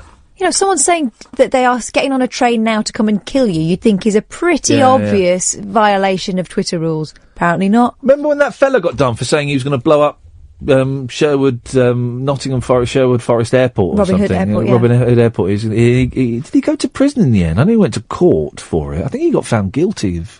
I think you can still get the police involved in it, but I mean, first of all, the first line of defence should be surely Twitter. Especially if they're asking you to report people. I've had a lot of beef with Digital Spy over the time. For those that know, it's most part it's quite a good website that if you're interested in showbiz and gossip and stuff like that. But they have forums, and the radio forum in particular was is just poisonous. And to their credit, if you report messages on there, they will take them down. And if the person does several of them, they get a suspension, then they get blocked. But the internet really is, it's a vile place. The private messages I get on my Facebook page, facebook.com/Iain Lee, I think I've deleted them, but I deleted one. I wonder if hang on a minute. I think you can't delete them, you just archive them, don't you? I wonder if I can find, one of the messages. You don't get abuse on Twitter or anything, do you? I had that. Oh, I had a bit. Yeah. Do you remember I had that guy sending me inappropriate messages at one point, suggesting he wanted pairs of my knickers and give me instructions. And, but you know, touch wood. Probably not the right thing to say after that conversation. But here we go. It's not been too bad. But I'm sure it will be. At John some point. Edwards, right? Because I was selling a CD for £6. You know, it's quite sad to watch you begging for £6. What has happened to you? You flip up. Again, I noticed. Would you let this bastard thought she couldn't leave at home? You don't appeal to the youngsters no more. You're too old. Look for a new job. And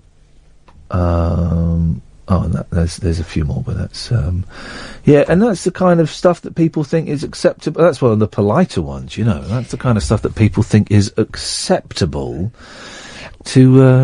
But I also find it really odd that a lot of those people, you know, then they're posting pictures of them with their kids and their daughters. One guy who was particularly bad to me in the early days of Facebook obviously adored his daughter, who was about the same age as me, and the stuff he was saying to me. I wonder what he would think if someone was talking to his daughter at her work like that. Quite often as well, and this isn't saying that all proud patriots are like, but quite often, if you look at their Twitter feed, they are proud patriots. And I wonder what the connection is there. 0844 499 1000 is the phone number if you want to give us a call. Now's an excellent time. Rashid. Hip, hip, hip, Rashid. Is that Lee? Yeah, here we go. Here come, yeah, it's Lee. Go on. Tell you what, you blocked me on Twitter. You can't block me on the phone, can you? You can't. I'm on my way down there now. Get out of the way. I'm on my way down. And people think that they have won the argument if you block them on Twitter. See, he couldn't handle it. No, I just didn't like being called a C or an F. You blocked me on Periscope, but I tell you what. Yes. I tell you what. Ian, how you doing? Ba ba ba ba ba bang a dang dang a ding a dong ding a ding a dong ding blue moon. It's a full moon. Yeah, full moon. You know what that means? Go on. Ba ba ba ba ba bang ba dang dang ba ba dong ding ba ding ba dong ding blue moon. Blue blue blue blue blue blue blue blue blue blue blue blue blue blue blue blue ba ba ba dang a dang dang a ding ding ding ding a dong dong blue moon. Ian. Yes, sir. You know when you was younger and it was hot like this, did your mum used to say, "Oh, it's so hot tonight. I can't cook. We can't cook anything. Let's have a salad." Yeah, with salad cream. And you'd have an egg, a boiled egg, bit of spam, yes, a lettuce leaf, piccalilli, bit of Branston pickle. Do you know what I'm going to do tomorrow? Is I'm going to buy some spam. I really like spam. I know it's filth. I'm gonna have some spam. I used to love a bit of spam. Ian, I used to think, all right, they say that, it's too hot to cook, let's have a salad. Yeah. What about the hottest countries in the world? That's where curry comes from, that's where chili comes from. Well, they say that curries are supposed to cool you down because you're sweating, but they don't, they make you hot. It's like the best drink. The scientists have proved that when it's hot, the best drink to have is a hot cup of tea because you sweat and it cools you down. Yeah, but surely it's like Coke or a Sprite or something. Some refreshing water. Yeah. I think your temperature rises and then your body tries to cool it down. Yeah. But Ian, another thing.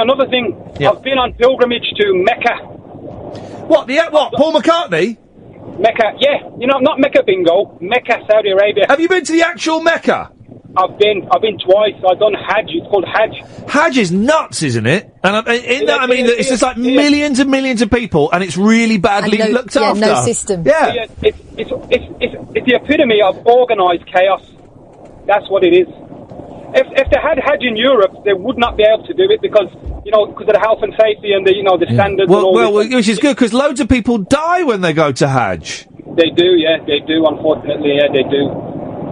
But it was. What did you? Doesn't every Muslim, isn't it? Every Muslim has to go and do Hajj, go once in their life, don't they? If you can afford it, yeah. Well, you've been twice, mate. That's greedy. I know. I went on. I took the missus on a second one, and I booked a platinum package because you go through an agent, and they're making money. Yeah, it's corruption. So they've got a silver package, a gold package, and a platinum package. I said I'm taking the missus, so I'll have a platinum package, right? Yeah. When I got there, Man, it was a nightmare. My missus was crying. She was like, "Oh, I just want to go home." We were stuck in a traffic jam for about 10 hours. Yeah, I bet you were.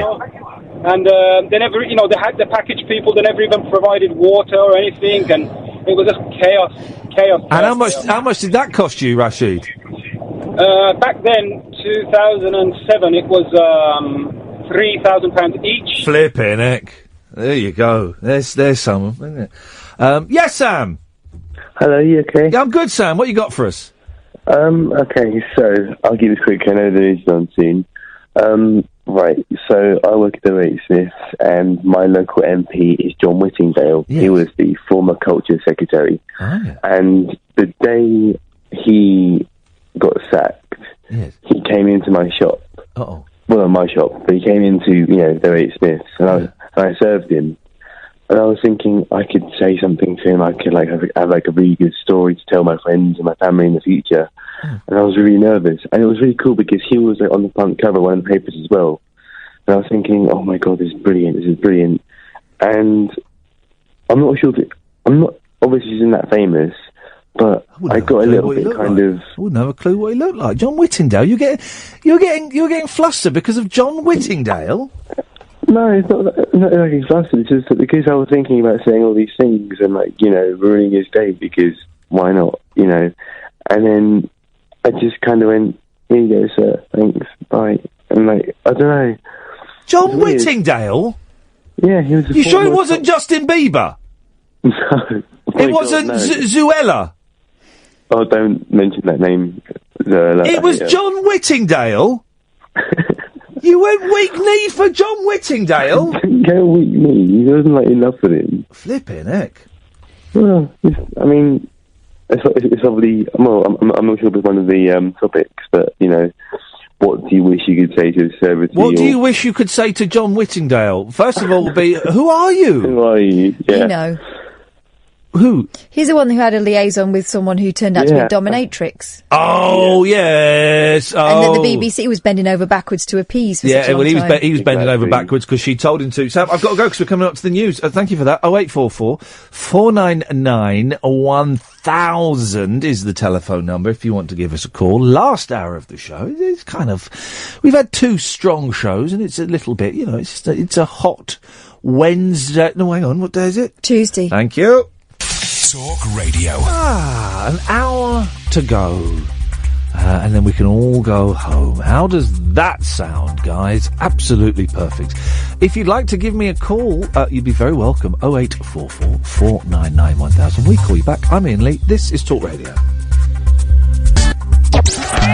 Late night, Iain Lee on Talk Radio. We have ways of making you talk. Yesterday was kinda like the 4th of July. The way your face lit up the entire sky. Had to look away because it hurt my eyes. The way you hit me was a big surprise.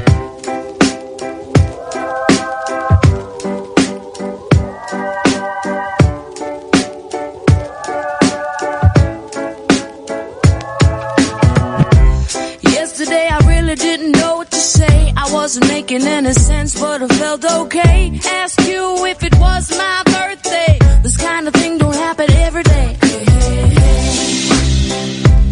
hey, hey. Hey, hey, hey. I didn't think an angel would get in my way. Hey, hey, hey. Hey, hey, hey. I didn't think an angel would get in my way. Yesterday I felt just like a child, a little curious, a little wild. Live in the moment and you'll never go out of style. You know it's really been a while. Hey, hey, hey. I didn't think an angel would get in my way. Let me tell you, yeah. Excuse me, won't you step aside? I don't got no room for you in my life. I don't got the patience to love again. I don't got the guts to keep you as a friend. Be an angel to fly away. How have you reached some?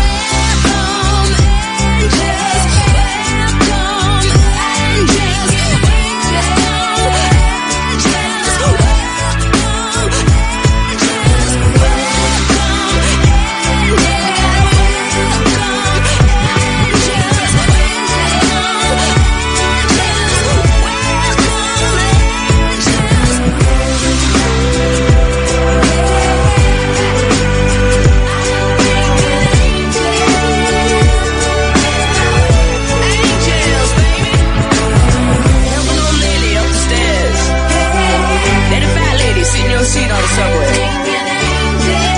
Give a bomb a meal. Bomb a cigarette. And give it back. So that's Imani Coppola. Oh, Yesterday. And that was her again. That was her again. That is just the catchiest song in the world, man. She's brilliant. I'm dead scared of her. We're pre-recording it because it might get sweary. But I'm quite nervous about her. Don't be scared of her. I'm scared because I don't really know that much about her, but then we use that as the... But she's a straight-talking, powerful woman. Yeah, that nothing wrong with that. Intimidates me. Mm-hmm. Confident people intimidate me. Well, don't be silly. I want her to like me. Well... I want her to like me and go, hey, you're a really cool guy. I know what, I'm going to pay for you to come to New York. You can stay in my spare room and we're going to make an album together. And then I'm going to get you a radio and TV show in New York. And I go, okay, yeah, cool. I think you might be asking just a little too much. I won't be asking for it. She's going to offer it to me. Oh, yeah. And if she offers it to me, it would be rude to refuse it. 0844 499 1000 is the phone number. Some of the things we talked about today, ever made a pilgrimage? I mean, like a literal one. We had Rashid going to Hajj. We had, it was Ben, wasn't it, at the start of the show, who'd been to where Neil Diamond grew up in Brooklyn. I mean, that's a great one. We talked about childhood misunderstanding, The Imposter, New York, Composers, Yep. Pistorius, Small York. Cars, Jonathan, documentaries, spoilers, Trolls and John Whittingdale. 0844 499 1000. I went to, I mean, I'm getting, I've entered a very confusing double life. I will be going to see Jo tomorrow. She's a woman, as opposed to the previous Jo who cut my hair, who was a man. Yeah. Jo will be cutting my hair tomorrow, okay? And she'll be doing an excellent job. She's done the last 6 or 7 cuts of this hair, and they've all been excellent. But I've got a beard now. And yesterday the beard was very, very bushy. I hadn't trimmed it for about 3 months. And I've got some wild clippers. And I went home last night and I clipped it. And it looked all right last night. And then I woke up this morning, it looked messy. I did it a little bit. Didn't do it too much. Cause I've got a TV gig coming up in a month. I'm hosting a show on Channel 5. And I want to keep the beard, but I want to look tidy. So I did it, and it was, I thought, that's not good enough for Channel 5. They're going to want much better than that. So what would happen if you arrived that morning and they weren't keen on it? Would they tell you to get rid of it? Yeah. Oh. Yeah. Also, it's a company that it's the same company I used to do Rise for. And years ago, they did tell me to get rid of a beard. I went on holiday for 2 weeks and I didn't shave, and I came back and did a show with a beard, and they said, no, get rid of that. So I've still kind of got that thing in my head. And they might still tell me to get rid of it. I know that James O'Brien shaves his beard off when he goes on TV because they don't like him having a beard, you know. So, if you want to get work, if they said to me, shave it, I'd shave it off. Of course I would. So I looked for beard barbers near where I live, and I found one, right? And it was on the high street, and I'd never seen it before. I guess because I wasn't looking for it. But they told me they'd been there for like about 18 months. And, I went in there. Oh God, it was very, very trendy. Blokey as well, by sounds of it. Yeah, it was very trendy. They had skateboards on the wall, and there was like a lightsaber hanging up, and it was very dark and very loud, sweary rock music. F this, MF this, F this, F-in and MF-in, all over the place. It's outrageous. And they were both quite young men, covered in tattoos. One had a hipster beard, and I thought, do you know what? The gig's not until a month away. I'll see what they do. I'll let them do my beard. If I don't like it, I'll just go home and shave it off, and it's fine. You know, it's worth experimenting. I just want a beard. And I didn't let them cut my hair. I wasn't going to let them cut my hair. And I saw one young man there. He must have been 15, 14. And he went from having a kid's haircut to having like a proper man's haircut. It was all quite long and just bowl cutty. And this guy shaved it all off and messed it all up. It looked good. But he became a man in a chair. And you could see him literally growing in size as it was doing. I thought, I love a good haircut. Yeah, I thought that's an historic moment for that kid. Anyway, so I got there and I Did you see any sturdies in there? What's a sturdy? Well, apparently, yeah.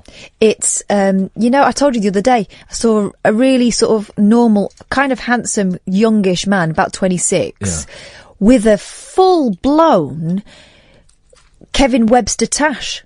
Not doing it ironically, right? Apparently that's called a sturdy, right? Because the hipsters are sick of everyone else appropriating the beard now. Yeah. They're going for the 80s dad tash. No, but the fella who shaved me, who did have a hipster beard, said that he was thinking of doing that. So I sat down. Dave, I will come to you in a minute, I promise. 0844 499 1000. And I've never had my beard tinkered with before because I've never had a beard before, and I had to lay back and all this, and he wet shaved a razor with a cutthroat razor under there. He's done a nice little line under there, and he was. What does that feel like? Is it scratchy? No, it's not. No, when they do it. Oh, it was nice. It felt nice. It's smarted. Then he put like oils and stuff, and it smarted a little bit, but it felt good. And he told me that just yesterday, the day before I'd gone in, he had a big bushy haircut, a big bushy beard, and he had cut it off. He said, I was drunk, and I cut it right back, but I wanted to get it wet. And I thought he was talking about his beard, but he wasn't. It was sexual slang for intercourse, for inserting his. Blimey. Where's the romance, guys? He said, I was drunk and, I wanted to get it wet. He said that to me, and they're all there drinking beers as well. All the customers are drinking beers. There's your problem. The hairdressers are drinking beers. But I think he's done. You can be the judge of it. I think he's done a very good job. He's done a cracking job. It looks nice and tidy. It's a pity about his attitude to women. £5. £5 it cost. £5 that was. I thought it was blinding. Wouldn't let him touch my hair, but I'm going back. I'm going to go back and see him again. We've got a little maintenance programme going on now. I'm going to go back and see. Will it be £5 every time, or is that a special? It might be £10. He said it took me 10 minutes. It's only a £5. Normally it'd be a tenner. It's because he's had a beer. Well, exactly. But go later in the day. It'll be free. I'm going to go back there.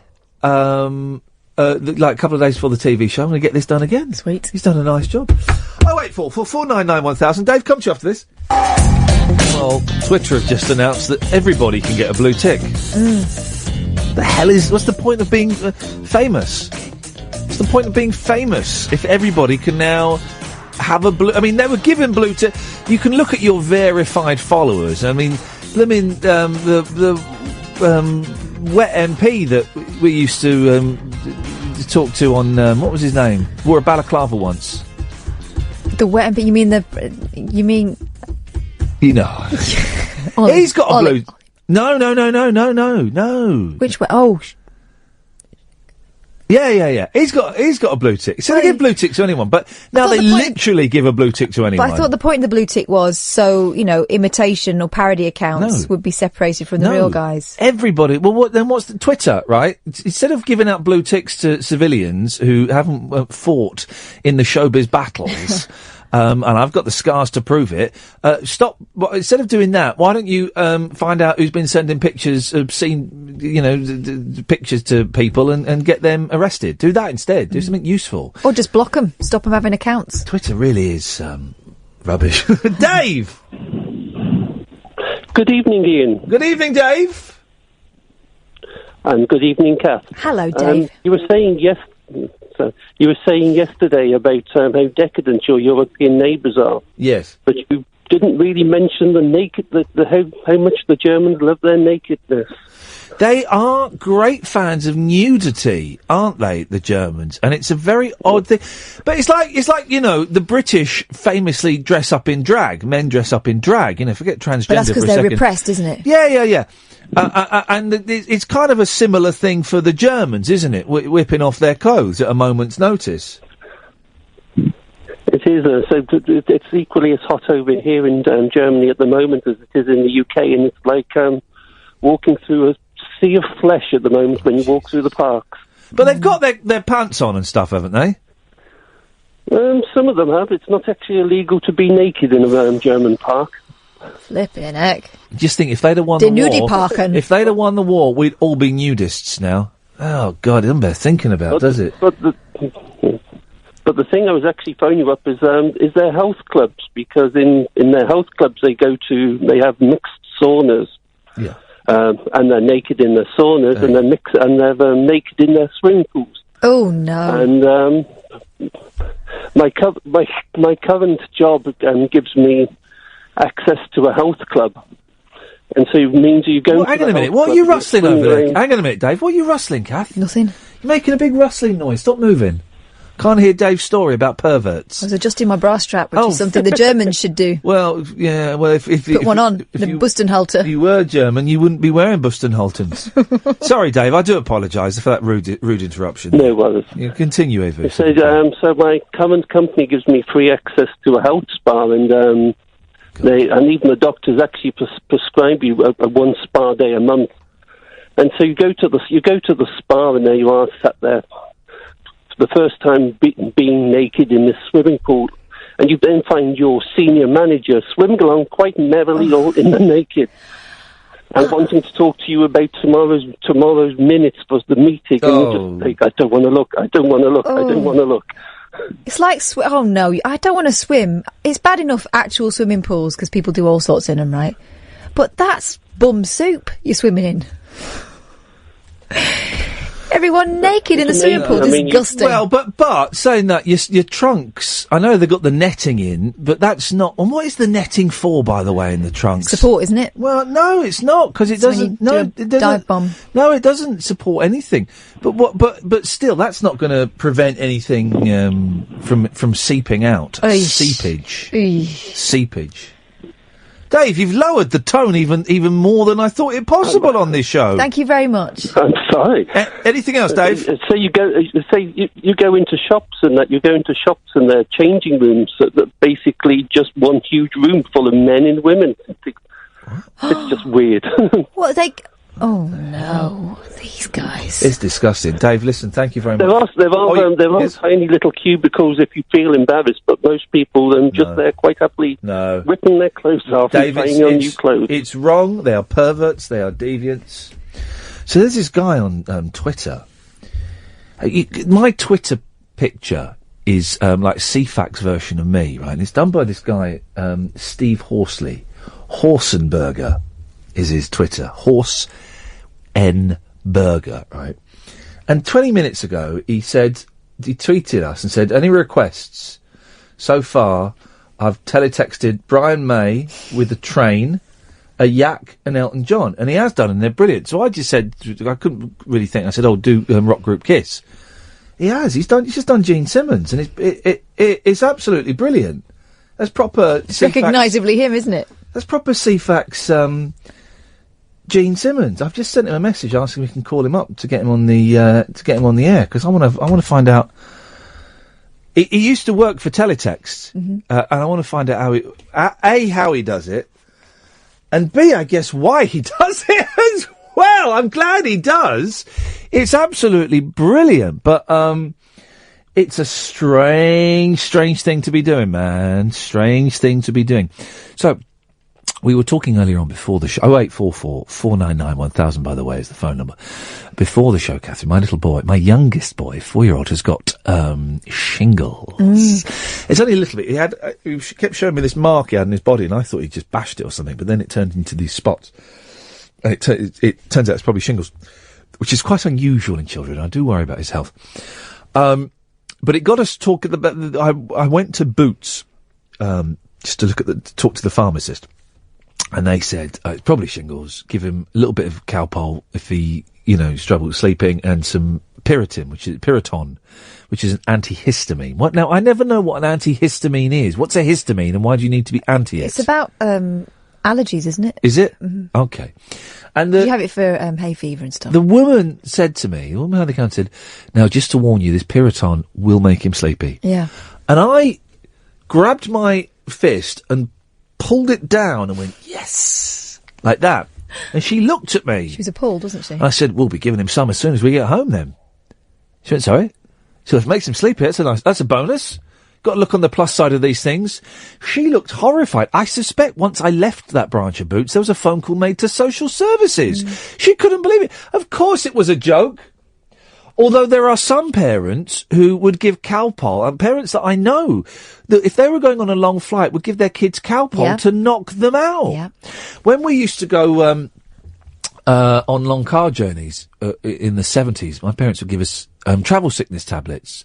Now, I don't know what the ingredients were, but they were basically just knockout pills, and they would make you fall asleep. And that was all it was. It was a drug. It was called anti-sickness and anti-travel sickness, but it would just knock you out.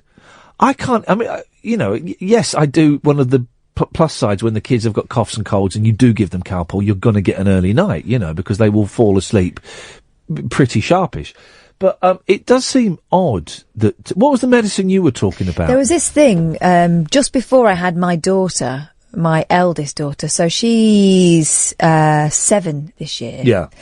So probably up until that time, they banned it actually shortly after I had her. Not because I was using it too much, but because I think some parents were abusing it. Well. This stuff called Mediced, and it was a medicine that, as the name suggests, acted as a sedative. Oh. So people used it if the kid was ill and they wanted to make sure they got a decent night's sleep. I guess that was the idea. I don't know. But some parents were just using it on the daily, to knock the kids out. 0844 499 1000. And I was reminded when I was a kid growing up in the 70s and 80s, we had this bottle, and it was, when your mum would keep medicines for years. Yeah. And we had this bottle for years. Like the calamine lotion was always crusty. Oh, we had this bottle for years of this medicine that you could buy over the counter. Man alive, the 70s were nuts. Kaolin and morphine. And it was for if you had a stomachache. And it would separate, and the kaolin was like this sort of chalky substance, and so about 3/4 of the bottle would be kaolin. Don't even know what kaolin is, but it was chalky. And then the top third of the bottle would be this clear liquid. That was the bit that tasted horrible. It was pure morphine. And you would shake it up, and then you get this cloudy thing that was disgusting, but it would get rid of your stomachache, right? But because you were drinking like a shot of morphine. Now, you can't buy that. And I remember my mum trying to buy some when it ran out, and they said, "I'm terribly sorry, you can't buy that anymore." And she couldn't believe it. She was, but why? Because it's morphine. Yeah. And my mum would give me morphine. Fun times, kids. You don't know you're born. Now the only over-the-counter medicine is Night Nurse. That has any kind of... Yeah, and they do an advisory, don't they? Yeah. But it has a sedative effect. Cough medicines are weird. I don't know what's in cough medicines, but you can get proper addicted to it. And I know that your hardcore junkies, when they can't get a fix of like heroin and stuff like that, it's a downer. They'll go and just buy loads of cough medicine. I made a joke earlier on about it, but we were off our face when we were on Broadway on cough medicine because we were just swigging this stuff to try and get through the days. But nowadays, it's health and safety gone mad, Catherine. Although I looked up Mediced just now, and I found myself on a forum where this mum is saying, "Why has it been discontinued? This Mediced, and what can I do to?" And there's all these suggestions of different medicines they can mix to get the same effect. Apparently, it was paracetamol and then this kind of ingredient that would knock the kid out. And some parents are making their own. It's terrifying. No wonder they banned it. It's like buying Viagra on the internet. You don't know what you're going to get. Well, you do. Well, someone does. You get a smile on your face. Paul has reminded me those travel sickness pills were called Joyrides. No, they weren't. Yeah, I remember them. They were in a little white box, and on the front was a little picture of an aeroplane, a boat, and a car. And you said, I remember taking them in jam. My mum would smother them in jam, and you just take them down and... Blimey. That was the way to travel, though. What were those things they used to stick on the back of cars? Those like two little tails. Oh, the little strip that would discharge electricity from the car. Was that real? That was to stop you being sick. Yeah. That was bullshine, though. Because I was terribly sick in the car as a kid. Like, all the time, I'd feel terrible. My dad, though, was so vain.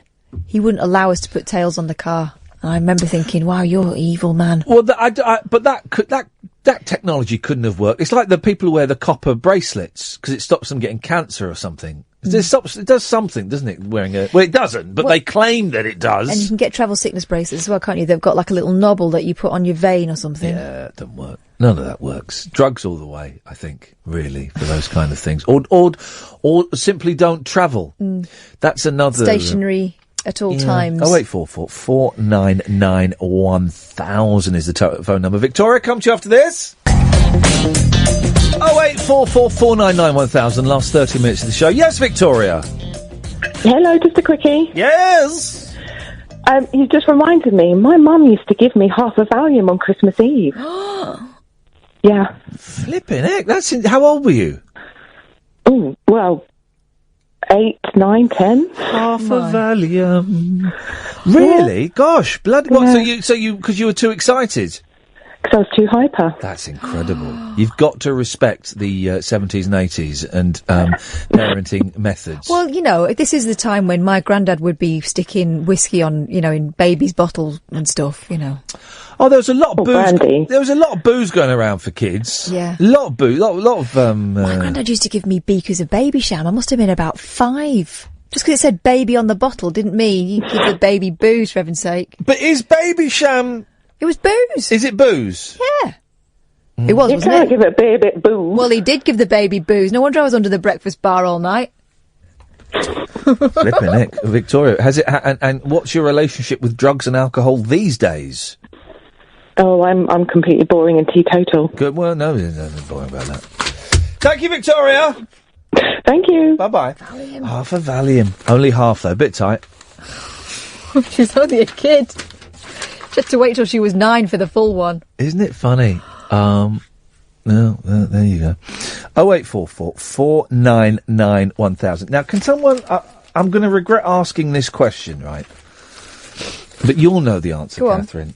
Your finger is on the pulse. What is going on? What's this? All this Taylor Swift, Kanye... Oh. What has It's all happened? kicked off. Well, Kanye West wrote a song that involved him singing about how he might still have sex with Taylor Swift. What?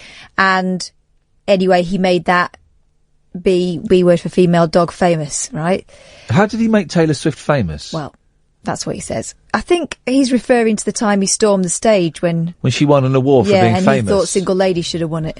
Right, okay, so him being an idiot has made her more famous in his Anyway, book, and he wants to have sex so, with her, okay. right. So she's saying, I don't appreciate that lyric. And then his wife, Kim Kardashian, she's the large bottom Yes. and breaking the internet, waded into it and said, I've got recordings of Taylor Swift approving the lyric. And the lyric she appears to approve in this footage over the telephone is him saying, I might still have sex with Taylor Swift. Right. Not the I made that be famous. Right, okay. And she says it's that part that she's objecting to. Anyway, the whole juvenile part of the internet has divided itself into Team Kimye and Team Tay-Tay. Okay. I think that's what they call her. I like Tay-Tay. Yeah, and some people are accusing Kimye of bullying Tay-Tay, and others are saying that Tay-Tay is a mean girl.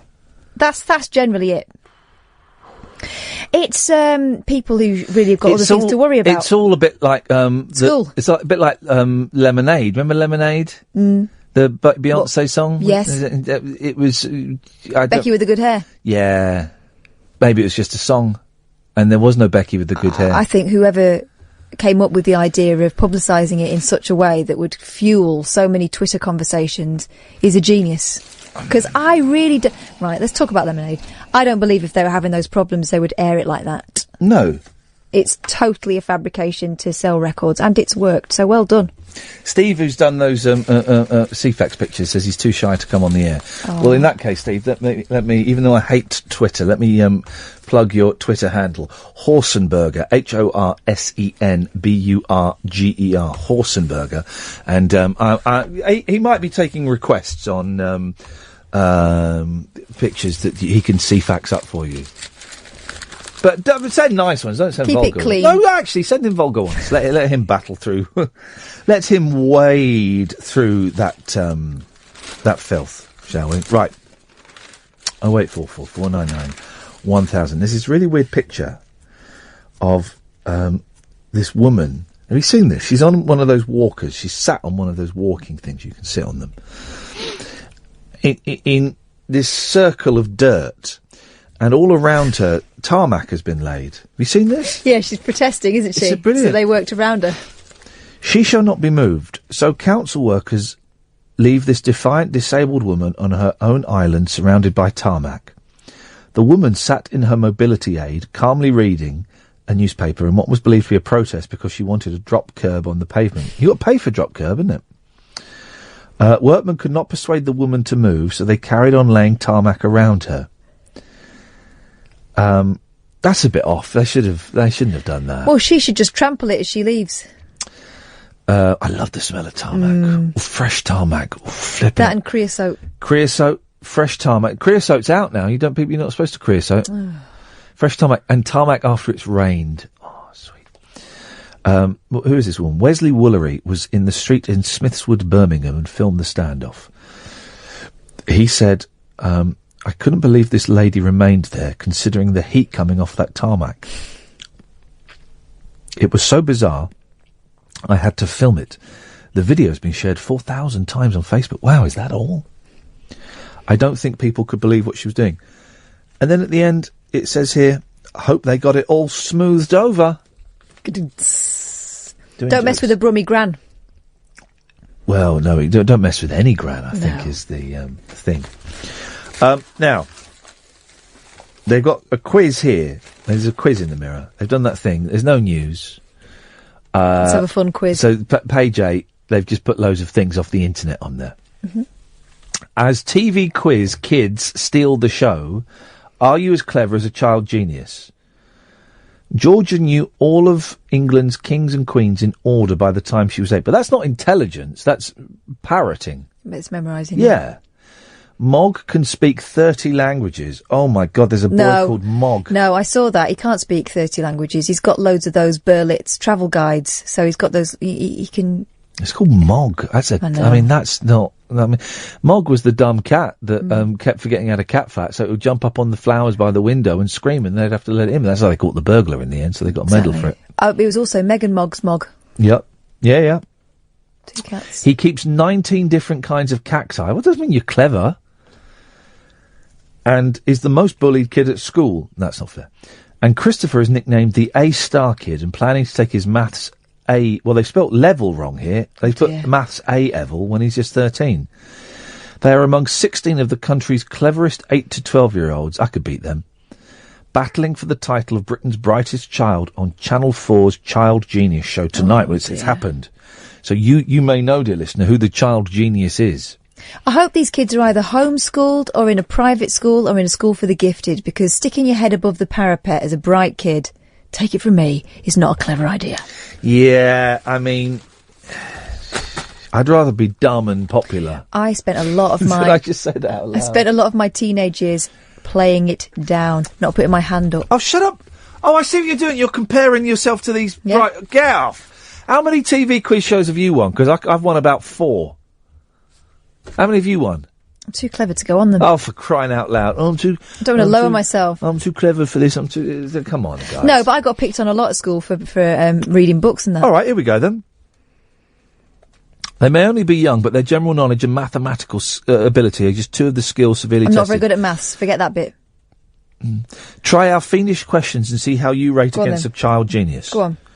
Question 1, general knowledge. Go on. Which metal is extracted from its ore... Hang on. Oh, okay.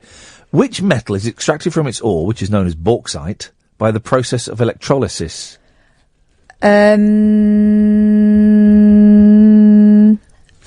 See, you're not clever. Hang on. Iron. No. Go on. Aluminium. Oh, aluminium. No, aluminium. No, aluminium. We're not American. I might be. You don't know. What is the... Oh, this is a good question. Go on. Right, I'm not going to look at the answer to this, because I want to see if I can do this. I'll cover the answers up. What is the loudest animal in the world capable of making sounds of up to 188 decibels? Elephant. See, I'd say whale, but that's a mammal. Don't elephants do that thing, like sort of sonar type thing? Well, sonar's quiet.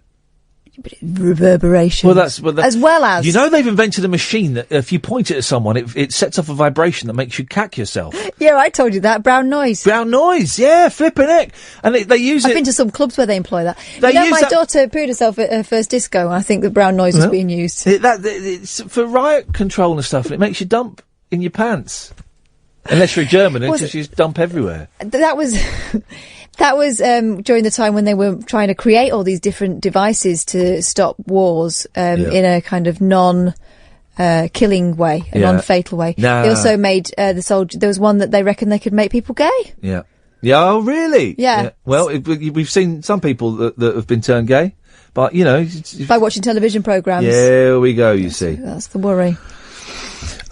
What animal makes the loudest animal in the world? 188 decibels. No, it's not going to be an elephant. I bet it is... I bet it's a cat. 'Cause cats can be noisy. I'm going to say it's a cheetah. Should we look at the answer? I don't think they need to be loud. They can just nip over and sort it out. Oh! Well, it's a blue whale. That's not an animal. I said whale. That's not an animal. Well, it is. It's a mammal. Yeah, it's a mammal. So Mammals aren't animals. not a fish. Well, exactly. A mammal's animals. Yeah. Manimals. It's a good programme, that. It's a good programme. Do you remember Manimal? Yes, I do remember You could Manimal. change into a hawk. So I got that one right. Um, Well, I did get it right. I said, well, shut up. You didn't commit.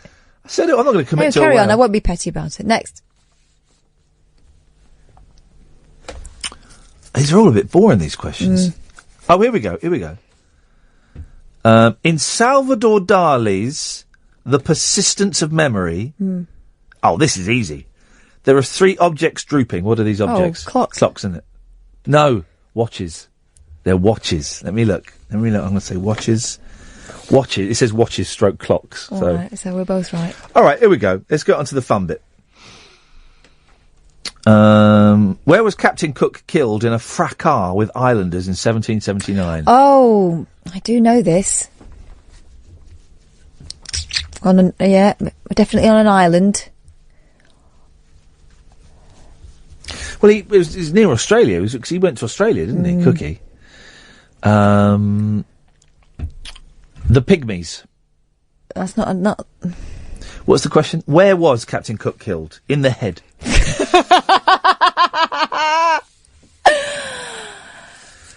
Oh. I'm going to say Hawaii. I'm going to say no. Huh? I reckon something like Easter Island or something. Okay. It was Hawaii. You read the answer. I had to see what the answer was. Oh, go on. All right, let's do one more, then we'll have a break. Here we go. Calculate the following. No. Multiply 22 by 4, subtract 23, multiply by 6. No. Oh, bum. I can't do it. Hang on. I can. I've got 65 so far. Multiply by 6. Don't... What? 6 is 6, 12, 24, 30, 36. 3, divide it by 3, it's about 2,300, I'm going to say. And I've not looked. I'm not joining in, I can't do it. Okie dokie. 130. So close. I You're was closer than I was. very, very close. I'm going to recharge my brain batteries. Hang on. These are all boring questions. Oh, here we go. I can do this one. We can work this one out. And I'm not looking at the answer. Pablo Picasso refused to let his painting Guernica be displayed in Spain until democracy was restored. In what year did that happen? 1975. 1976, I'm going to say. Well, were you about to qualify it? It was 1971. I know it was. All right. Isn't that nuts? What? That Spain was only just restored democracy in So what was it, 1975. fascist? Yeah, Franco. There are still people in Spain who say, "Oh, I wish Franco had come back." What did he do? I don't know anything about it. Oh well, he wouldn't allow the Catalans and the Basques to speak their own languages. Yep. He was very strict Catholic. Yep. Everyone had to have. There were loads of Franciscos because his name was Francisco Franco. But people were going on holiday there, didn't they? Get killed. Well, they were right. The whole Costa del Sol thing didn't happen until after Franco. No, but people went to holiday into Spain before that. Yeah, Not the same. They didn't have the package holiday thing. No, but they went on holiday to Spain. Why didn't they get killed? Well, the Civil War wasn't raging the whole time. No, He but ran it was the country fascist. For years. It was a fascist. The Carry On film when they go to Spain, that was before 1975. Yeah. Yeah. So, it was just very, it was a very kind of conservative country. And is that why then when Franco left, and some might say standards dropped, that then there was a rush for people to go on holiday there, and that's why people would turn up and their hotels weren't built. That was the running gag, wasn't it? That people would turn up and it wasn't even a running gag, it was true. But isn't that more of a thing about Spanish builders? Is that not more? No, that's the truth. That people would go on these holidays, but the hotels hadn't been built properly yet. They hadn't been finished and stuff. That actually did it in a rush. That actually happened. I Not do enough know. of a I had rush. my Spanish teacher was actually a French woman. What? Yeah.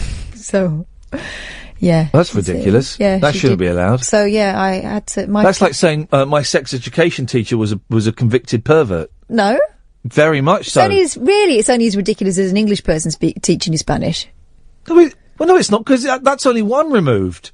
Yours is twice removed. Your one is twice removed. The thing about the biology teacher being a pervert is once removed. Not that. The English person teaching French is once removed. Spanish person teaching French is twice removed. Oh, because you mean a Spanish person teaching French in English?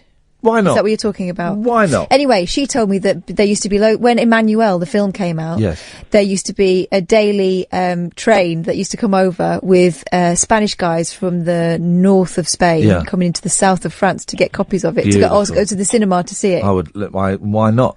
Evening, Jerry! Oh, it's been murdered today. With the heat? Or have you actually murdered somebody? No, not literally. Okay, well that's a bonus, that's something. And you're right, Faceman was from Starbuck. Yeah, it was Apollo I was thinking of. Dirk someone. Yeah, Dirk Benedict. That could have been. Yes. What was your favourite 80s programme? Street Hawk. Street Hawk was brilliant. When Knight Rider was a huge success, then there were loads of attempts to cash in on it and make similar programmes. One of them was Street Hawk. And it was like... That's about a motorbike, right? It was a motorbike, yeah, and it had, like, guns and stuff, and it was made by this geeky guy called Eugene or something. Ocean made a crap game of it. Well, they did what? Ocean made a crap game of it. They did make Ocean did make a game of it.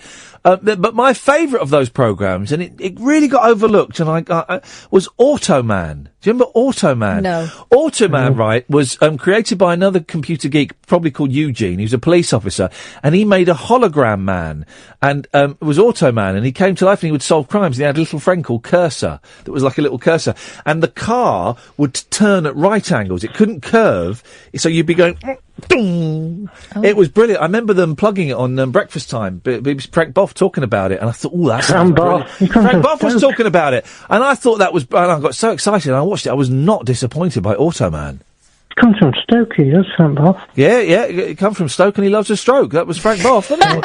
Well, that was his problem. That's why it all ended. He got caught in all kinds of shenanigans, and I think it's time we forgave Frank Boff and gave him another crack of the whip. Not that he paid for that as well, but that we let him come back on telly because he was good, Frank Boff. People have done worse since. People have done much worse.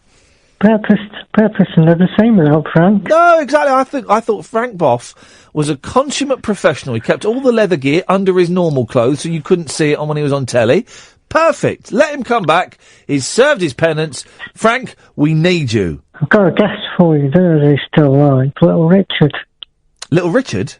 Yeah, he's still alive. Is he died? I don't know. He's very, very ill. He's very, very ill. He lives in a hotel in America, and he's not left the hotel for months now. He is, I think it's safe to say he is dying, but he is very, very ill, yes. Did you do an interview with Hanson? I can't remember. Hanson, yeah, I've spoken to Hanson a few times, yeah. We'll get him on the show next time. Get them on. They're good guys. They're good, Hanson. I'd like a bit of Hanson. We'll get, next time they're over here, we'll get them on. Don't you write songs for people? Who, me? No, Hanson, I think you write songs for people. I don't know, Jerry. I'm not that au fait with, entire career. I might have dreamt it. I think you might have dreamt it, mate. Yeah. Space 1999, like that. No, rubbish. So, all of Jerry Anderson's programmes, I'm going to say it, were rubbish. Although Barbara Bain, Martin Landau's wife, had the most amazing eyes, but generally the programmes are rubbish. Well, I think that one they could morph into different animals. Manimal. Manimal. Yeah, I know. And he was played by an English guy whose name escapes me. And the reason, they said the reason they scrapped it is it cost like $1 million every time he turned into an animal. They didn't. They scrapped it because it was rubbish. I've got a question for you. Yes. The first person to appear in The Professionals. The first person to appear in The Professionals? That's an excellent question. I'm going to say Leslie Grantham. Keith Barron. Out of Duty Free. The hapless holidaymaker, Keith Barron. What was he? Was he playing a criminal? Bad criminal. Not his praise acting performance as a criminal. No, you see, it's Keith Barron. Keith Barron's still alive, isn't he? Yeah. Isn't he in that Mallorca programme, Benidorm? Is he? Is he? It would fit. It would. I think he's still stuck in Spain, so he gets whatever work out there that he can. Jerry, thank you for that. We've had an angry email from Ant. Oh, excellent. Hi, Ian and Kath. Hiya. The wristbands work for my daughter, Harriet. I disagree with you. It's not bobbins. Well, if they work for her, then that's good. I don't believe they do. I think, Ant, you're lying. Placebo is still something that works, isn't it? Yeah. How would it? It's supposed to be a pressure point, isn't it? But which is what acupuncture is based on. I don't believe acupuncture works. Cue loads of people texting going, "Will it saved me? I can walk now because of acupuncture." I don't think you can. When they stick the pins in, they twang them as well, don't they? Yeah, it really hurts. I had it once. And it was agony. Because the myth is, it doesn't hurt. It flipping does, and they put them in deep and they twang it. Is that a kind of Chinese version of when your mum said, if you said, "Oh, my arm hurts," you'd stamp on your foot, and then you'd say, "No, your foot hurts." My mum never did that. Yeah. My mum Just never mine. did that. Just mine. Heat wave's going to continue. Yep. And then it'll stop. Here we go. This is what I wanted to do. That's what the show was meant to be, and I forgot. Hacks. They've called it hacks, like life hacks. Get over yourselves. Top tips. Hacks to help you handle heat wave. Yes, the sun is finally here, says Britain's greatest newspaper, The Sun. But don't rush out to meet the heat wave until you've read our vital guide to surviving summer. These hot life hacks from Jacob Lewis will help you and yours keep super cool as Britain sizzles. Flipping it. These are the third one, right? Stacks of room. Store your beer in the fridge more efficiently with a bulldog clip. Attach it to a wire fridge shelf so your bottles of bliss sit neatly in a pyramid. More room for all those burgers you'll be grilling. Well, how's that a tip? Drip sly. I don't understand what these drip sly. Ice lollies melt in seconds flat. Well. So save on sticky fingers with cupcake liners threaded onto their sticks. As the frozen treats melt, the paper cake moulds catch the dripping juice. That's actually quite clever. But it's stupid. Well, it's absolutely stupid. Why would you... I mean, they look ridiculous. Card trick. These headings don't make sense either. Want to work from home sitting in the garden? Encase your laptop in a cardboard box to see the screen in the sun. Belted, not melted. Leave the seatbelt buckled when you exit your car. That way, the metal part won't be too hot to handle when you get back to the car and need to put it on again, keeping your mitts nice and cool. But, you don't touch the metal bit. You touch the black bit that's around the metal bit. Don't you? Someone's written this, and now someone's saying it on the radio. Yes, Derek. Hi. Hey. Ian. Yes. Yeah. I was just thinking about you from a long time ago when you used to be on, was it Clear Radio? Used to be on what? Was it Clear Radio you used to be on? Clear Radio? Play Radio. Sorry, it's terrible. Play Radio. I think I did 2 or 3 shows on there. With Mr. Boyd. Yeah, it was a favour to Tommy Boyd. Yeah, well, not as a favour. It's 'cause I wanted to go on there and he said I could go and do what I wanted. So I drove about 2.5 hours down there. It's a little internet station. It was a great idea. And I think I only did 2 or 3. Yeah, it was good. Yeah. I just wondered, what's Tommy doing these days then? What's he up to? Well, I don't know. I don't know what he's up to. I've not spoken to him since I got accused of being a racist. Not the last time, the time before that. All right. So I don't know. And did you fall out then, Ian? No, I never fell out with him. He was always absolutely delightful to me. Absolutely delightful, very supportive, and gave me some, excellent. I'm putting my shoes on. Gave me excellent advice and suggestions. And I've never met him, but I've spoken to him on the phone quite a few times, and we always got on very, very well. From what I've heard, he's got quite an interesting life outside the radio that he's into at the moment. So, what's that then, Kat? Well, no, just that he's, He's into his fostering for a bit. He's a busy bloke, and his life does not revolve around radio at the moment. But you never know. Yeah, well, that's it. Because them early weekend 10 till 2, them slots and things like that on the old Talk Sport before it got bolted off. Before Talk Radio was destroyed by Talk Sport in the past, and then we seem to be nice to hear him back on the radio again. Well, you never know. As yourself, Ian. As well as yourself. Well, no, he's good. He's good, Tommy. I'll tell you what I'll do. I'll send him an email tomorrow and see if he wants to come on the show.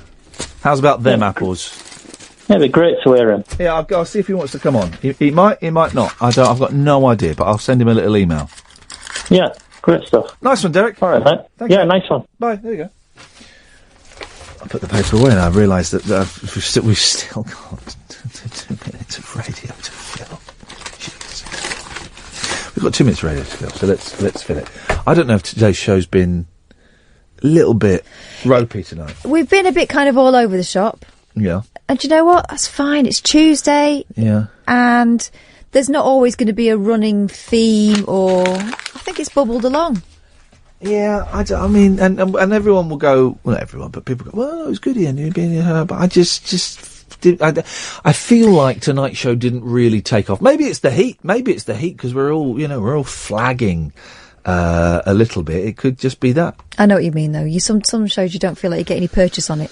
No, exactly. I don't really know. But, we'll have another go tomorrow. We will have a go tomorrow. We'll have Stu Phillips on, who wrote the Night Rider theme. I'll get in touch with Ricky Stardust. Can't remember the gentleman's name, and we'll get him on. The mission is to get Jerry Lewis on this show in one form or another, and unless I've triggered the curse, I'm going to make it happen. I think I'm going to make it happen. Well, that sounds like a plan. Sounds like a plan, Stan. Guys, that's it. That's your lot. We staggered over the finishing line eventually. Sometimes we burst through it with our chests puffed forward, and then sometimes we collapse in a heap. Back tonight at 10 o'clock. Ta-ta. Talk Radio. Dial up some dialogue. Talk Radio. We'll get you talking.